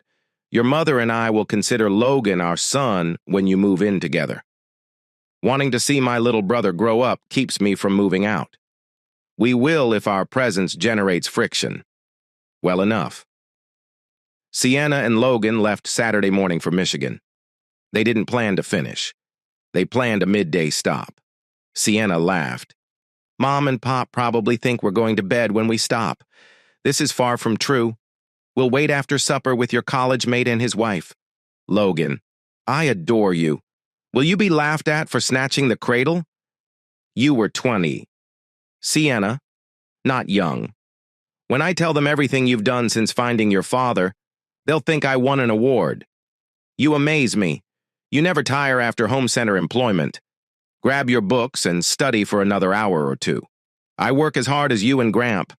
He should slow down. Pop claims to be fitter than when I moved in. Is this possible? In his case? Yes, I would. Everyone thinks it proves you share genes. I suppose I know something. Writing wears me out. I asked my mother a question as a kid. It was what? Mommy? Are we nearly there? She'd inform me. Were. But it never came fast enough. Few more miles. I may kiss you then. Not many. We leave tonight. Sienna laughed and said, Well, maybe you can kiss me a few times, but only on the lips and not the tongue. Mom said Pop approached her that way, saying what my real mother told her. That started everything. Mom got pregnant with me. The red-headed women in my family are probably the same. God must have made us this way. Logan chuckled. Your privilege is immense. Logan was honest. They reached their destination quickly. They booked into the motel, showered, called his friend, and drove to his house. He and his wife have 3 kids and 2 dogs. Logan warned of the madhouse. The babysitter arrived, so they went to dinner. Sienna's wife, Amy, asked about Logan's sex. We've been here some time. I informed my parents yesterday that they did not mind. It was just dinner. Money was limited, so they only wanted to pay the babysitter for 2 hours. Logan proposed. Amy said the oldest would be awake and want to know everything about eating out. Logan paid the bill. After buying wine, the 4 laughed and joked before sending the babysitter home. Logan and Sienna arrived at the motel before 10 p.m., went to bed after midnight. A dormer window facing the road adorned the Hayes 2-story farmhouse. It appeared unpainted. No lawn and a graveled approach to the front door. This is home. Father wasn't concerned with the place's appearance. If my mother wanted the boys to use it, he said the boys were working. He cleaned and polished the place after retiring. Mom awaits. It shouldn't collapse before he gets there. You'll see. My mother organizes her home. Sienna wondered if gravel would help as they parked in the driveway. If the dirt was damp, she would have tracked muck inside the house, entering from the kitchen. I can't see Dad's car. Probably at the planer mill. He discusses topics with my brothers on Sundays. He perseveres. Dad will be down at 1 quai, so we won't see him for hours. The door opened to a pleasant woman. Logan. Oh my, it's great seeing you. Your absence feels like a year. I know, Mom, but I run a business. Also doing good. Hey, Mom, Sienna Wilson. She's my soulmate, in a relationship. A few days ago, we told her parents. They accepted. Yes, Alice is my mother. So you slept in the same bed? Your father won't like that. No comment. He won't go upstairs. Where's he? He employs your brothers. Around his time, Betty, Judy, and the kids will be down. In August, Grant and Claire gave Sienna a sibling. Although I should have written, we've been working hard to take a few days off to visit. Our stay ends next Saturday. I see you. All you have is muscle, so yes. Do Sienna and Logan work? Yes, I do. In addition, I take 4 community college classes weekly. Work in the hardware shop. Pop pays for my classes, so I work 10 hours a week for him. Rest of my time is with Logan in the home center. Logan will recount it at dinner. Ma, I'm going to another mill. I want to see my brother's kids. Please don't argue with your father. Mom, I won't. Logan drove off.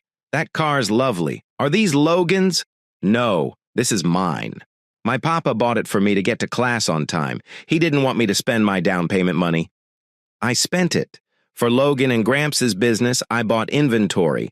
Thus, I earned business shares. Yes, exactly. Grandpa and Logan borrowed less. Very great. My business knowledge is limited. I'll get Logan to talk and have him explain everything. He buys pellets and lumber from his dad.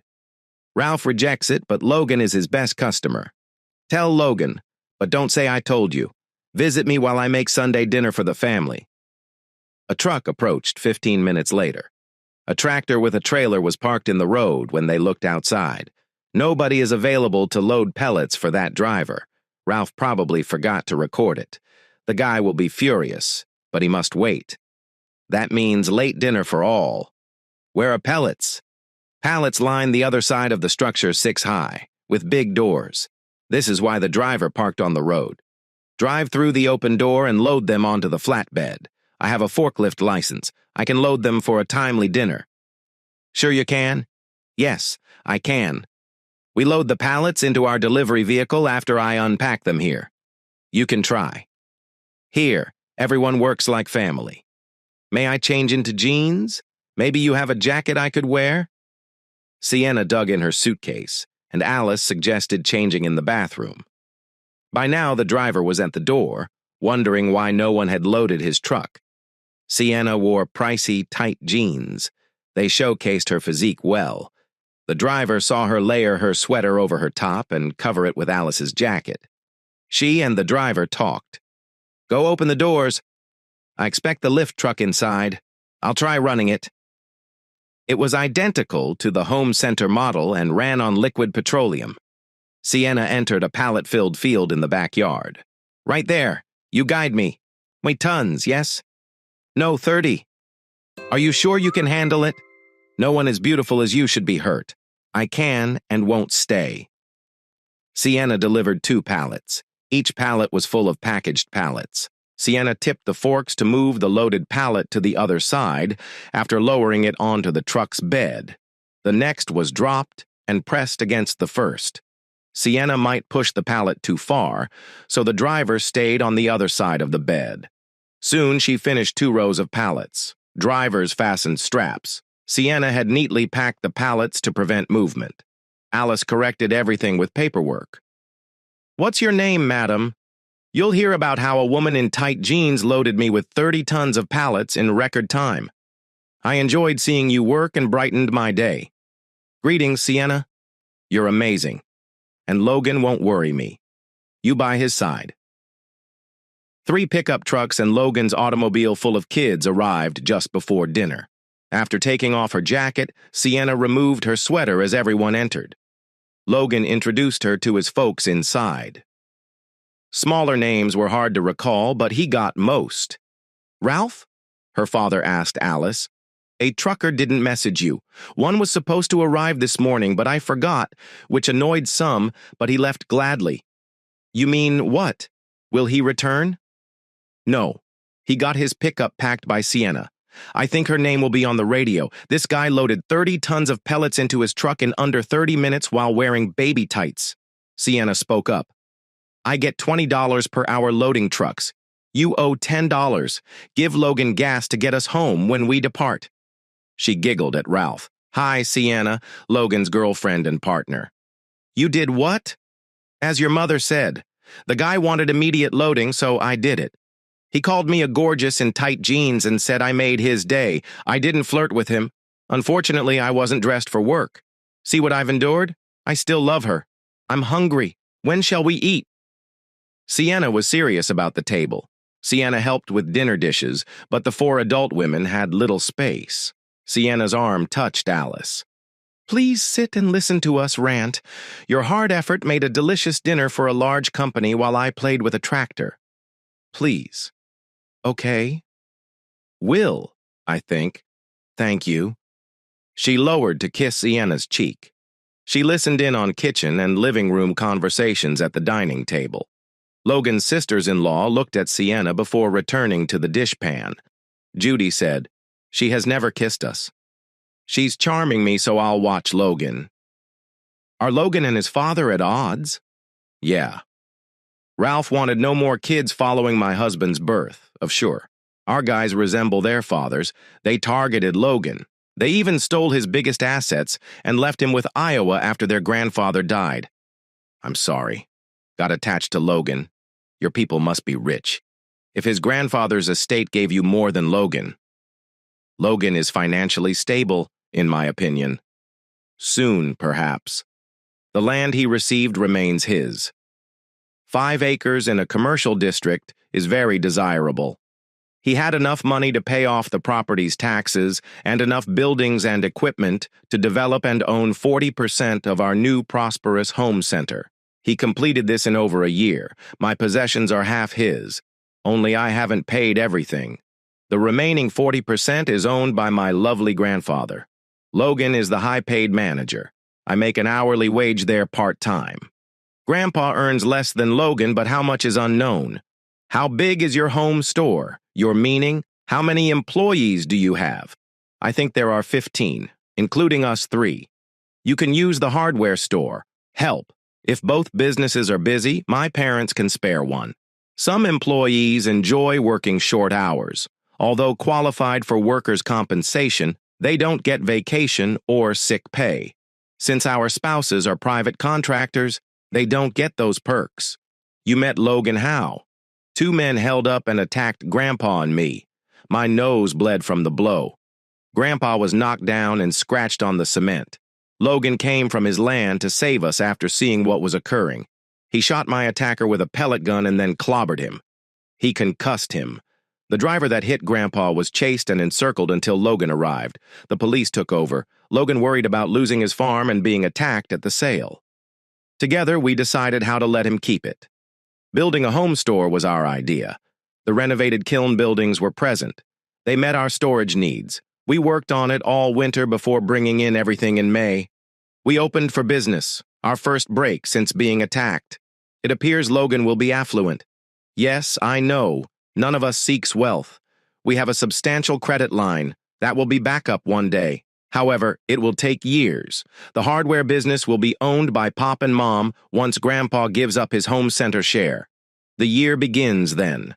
Will helps Logan handle the home center as Grandpa leaves the hardware company. I hope to succeed Gramps when he retires. I will succeed Mom and Pop when they retire. That will be my responsibility to protect my father's new family.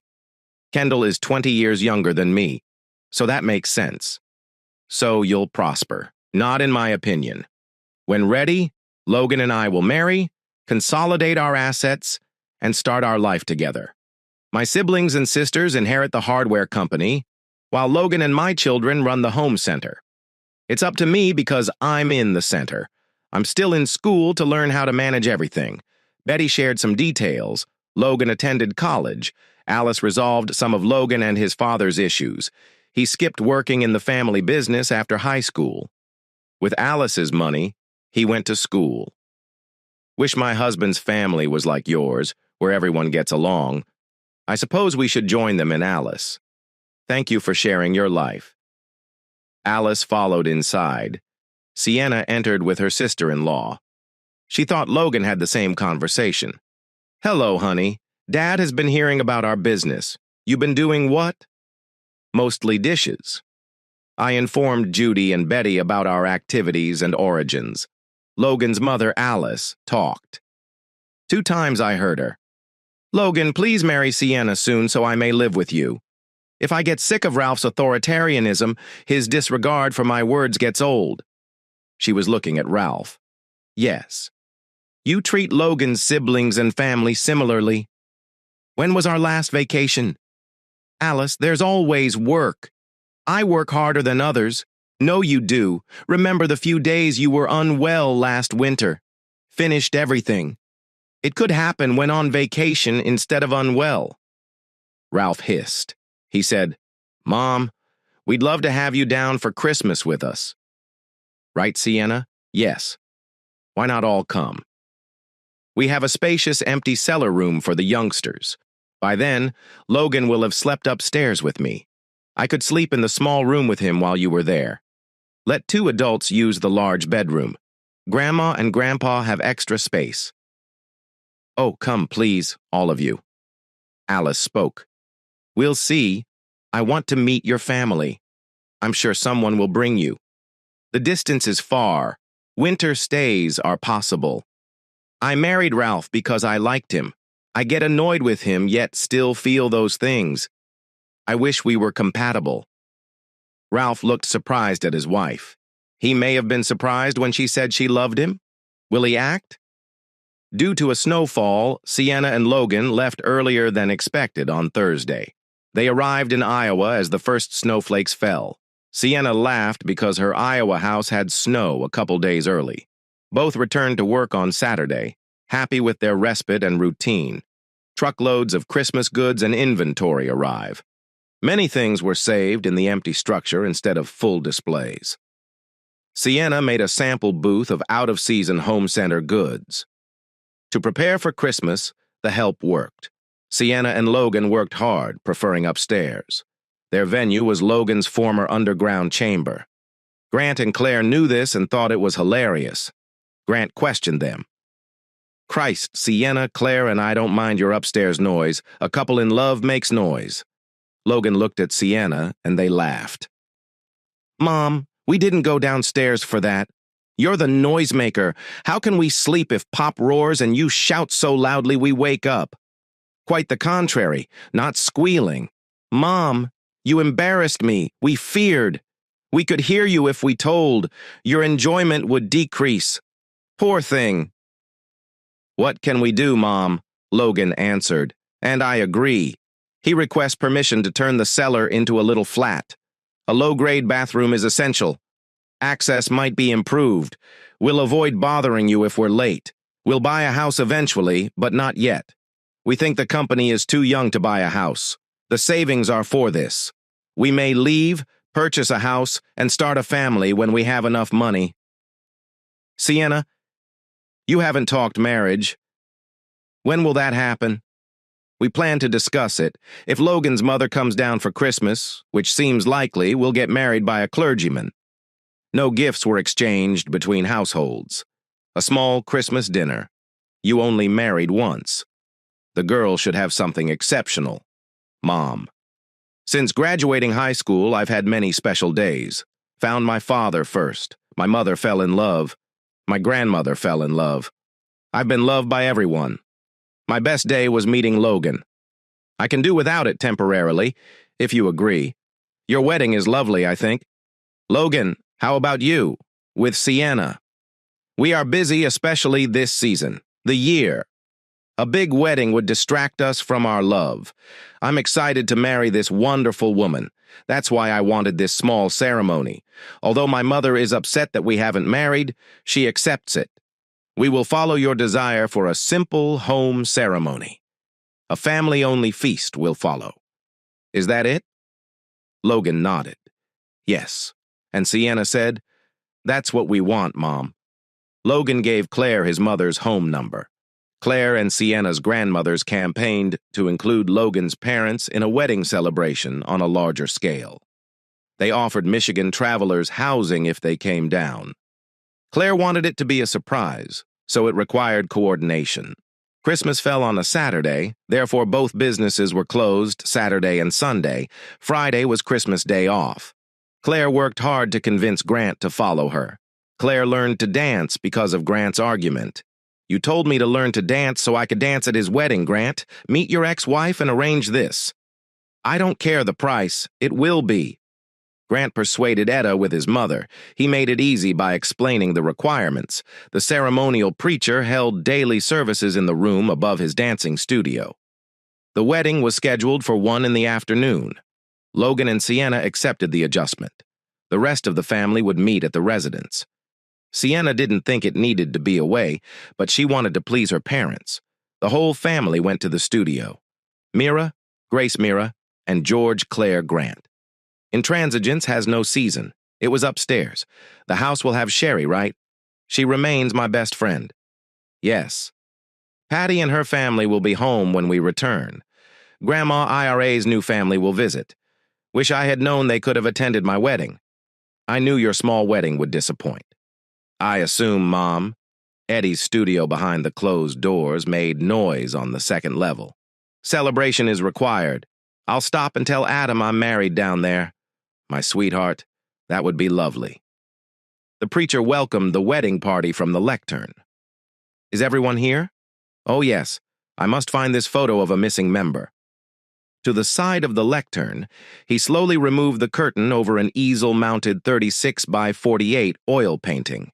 This Elena painting was inspired on a photo Grant saw while sorting the image box with Claire. Grant and Claire spend their long weekend here.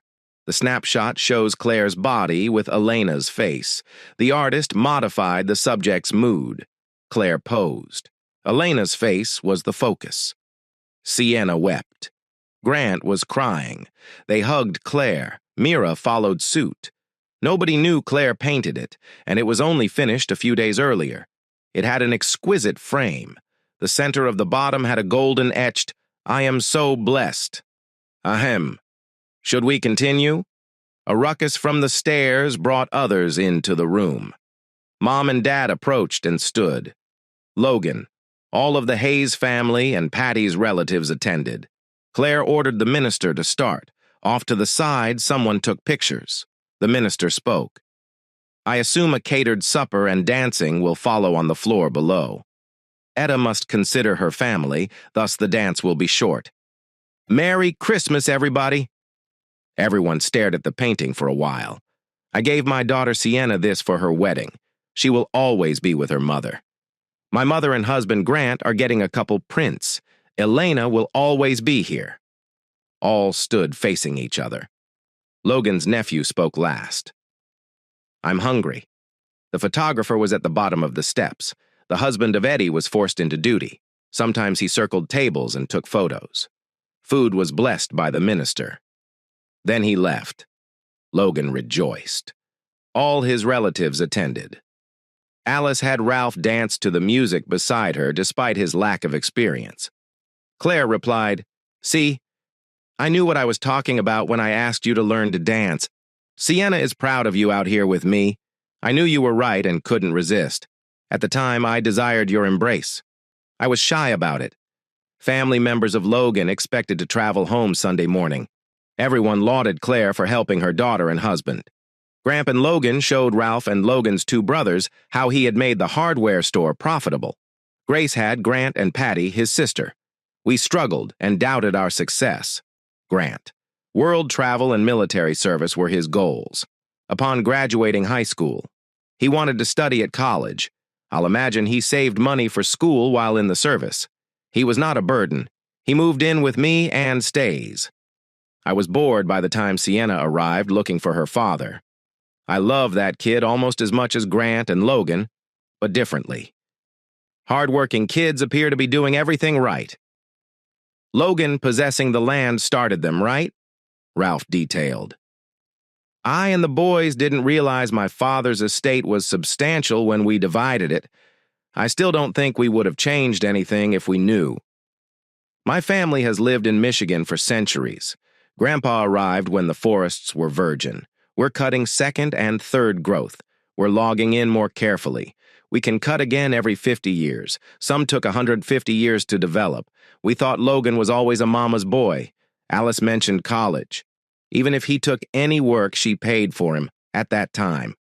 I could have paid him extra for summer labor. Well, he showed us his potential. Thank you for assisting him. Not me. Sienna and I are equal. Oh, I knew she was teasing me to do what she and Logan intended. As I leave, they'll inherit. They made my life better. Like a new man most days. Claire and I have 3 kids. Kendall, 2 baby girls, and Sienna were present. We laughed since both girls had red hair.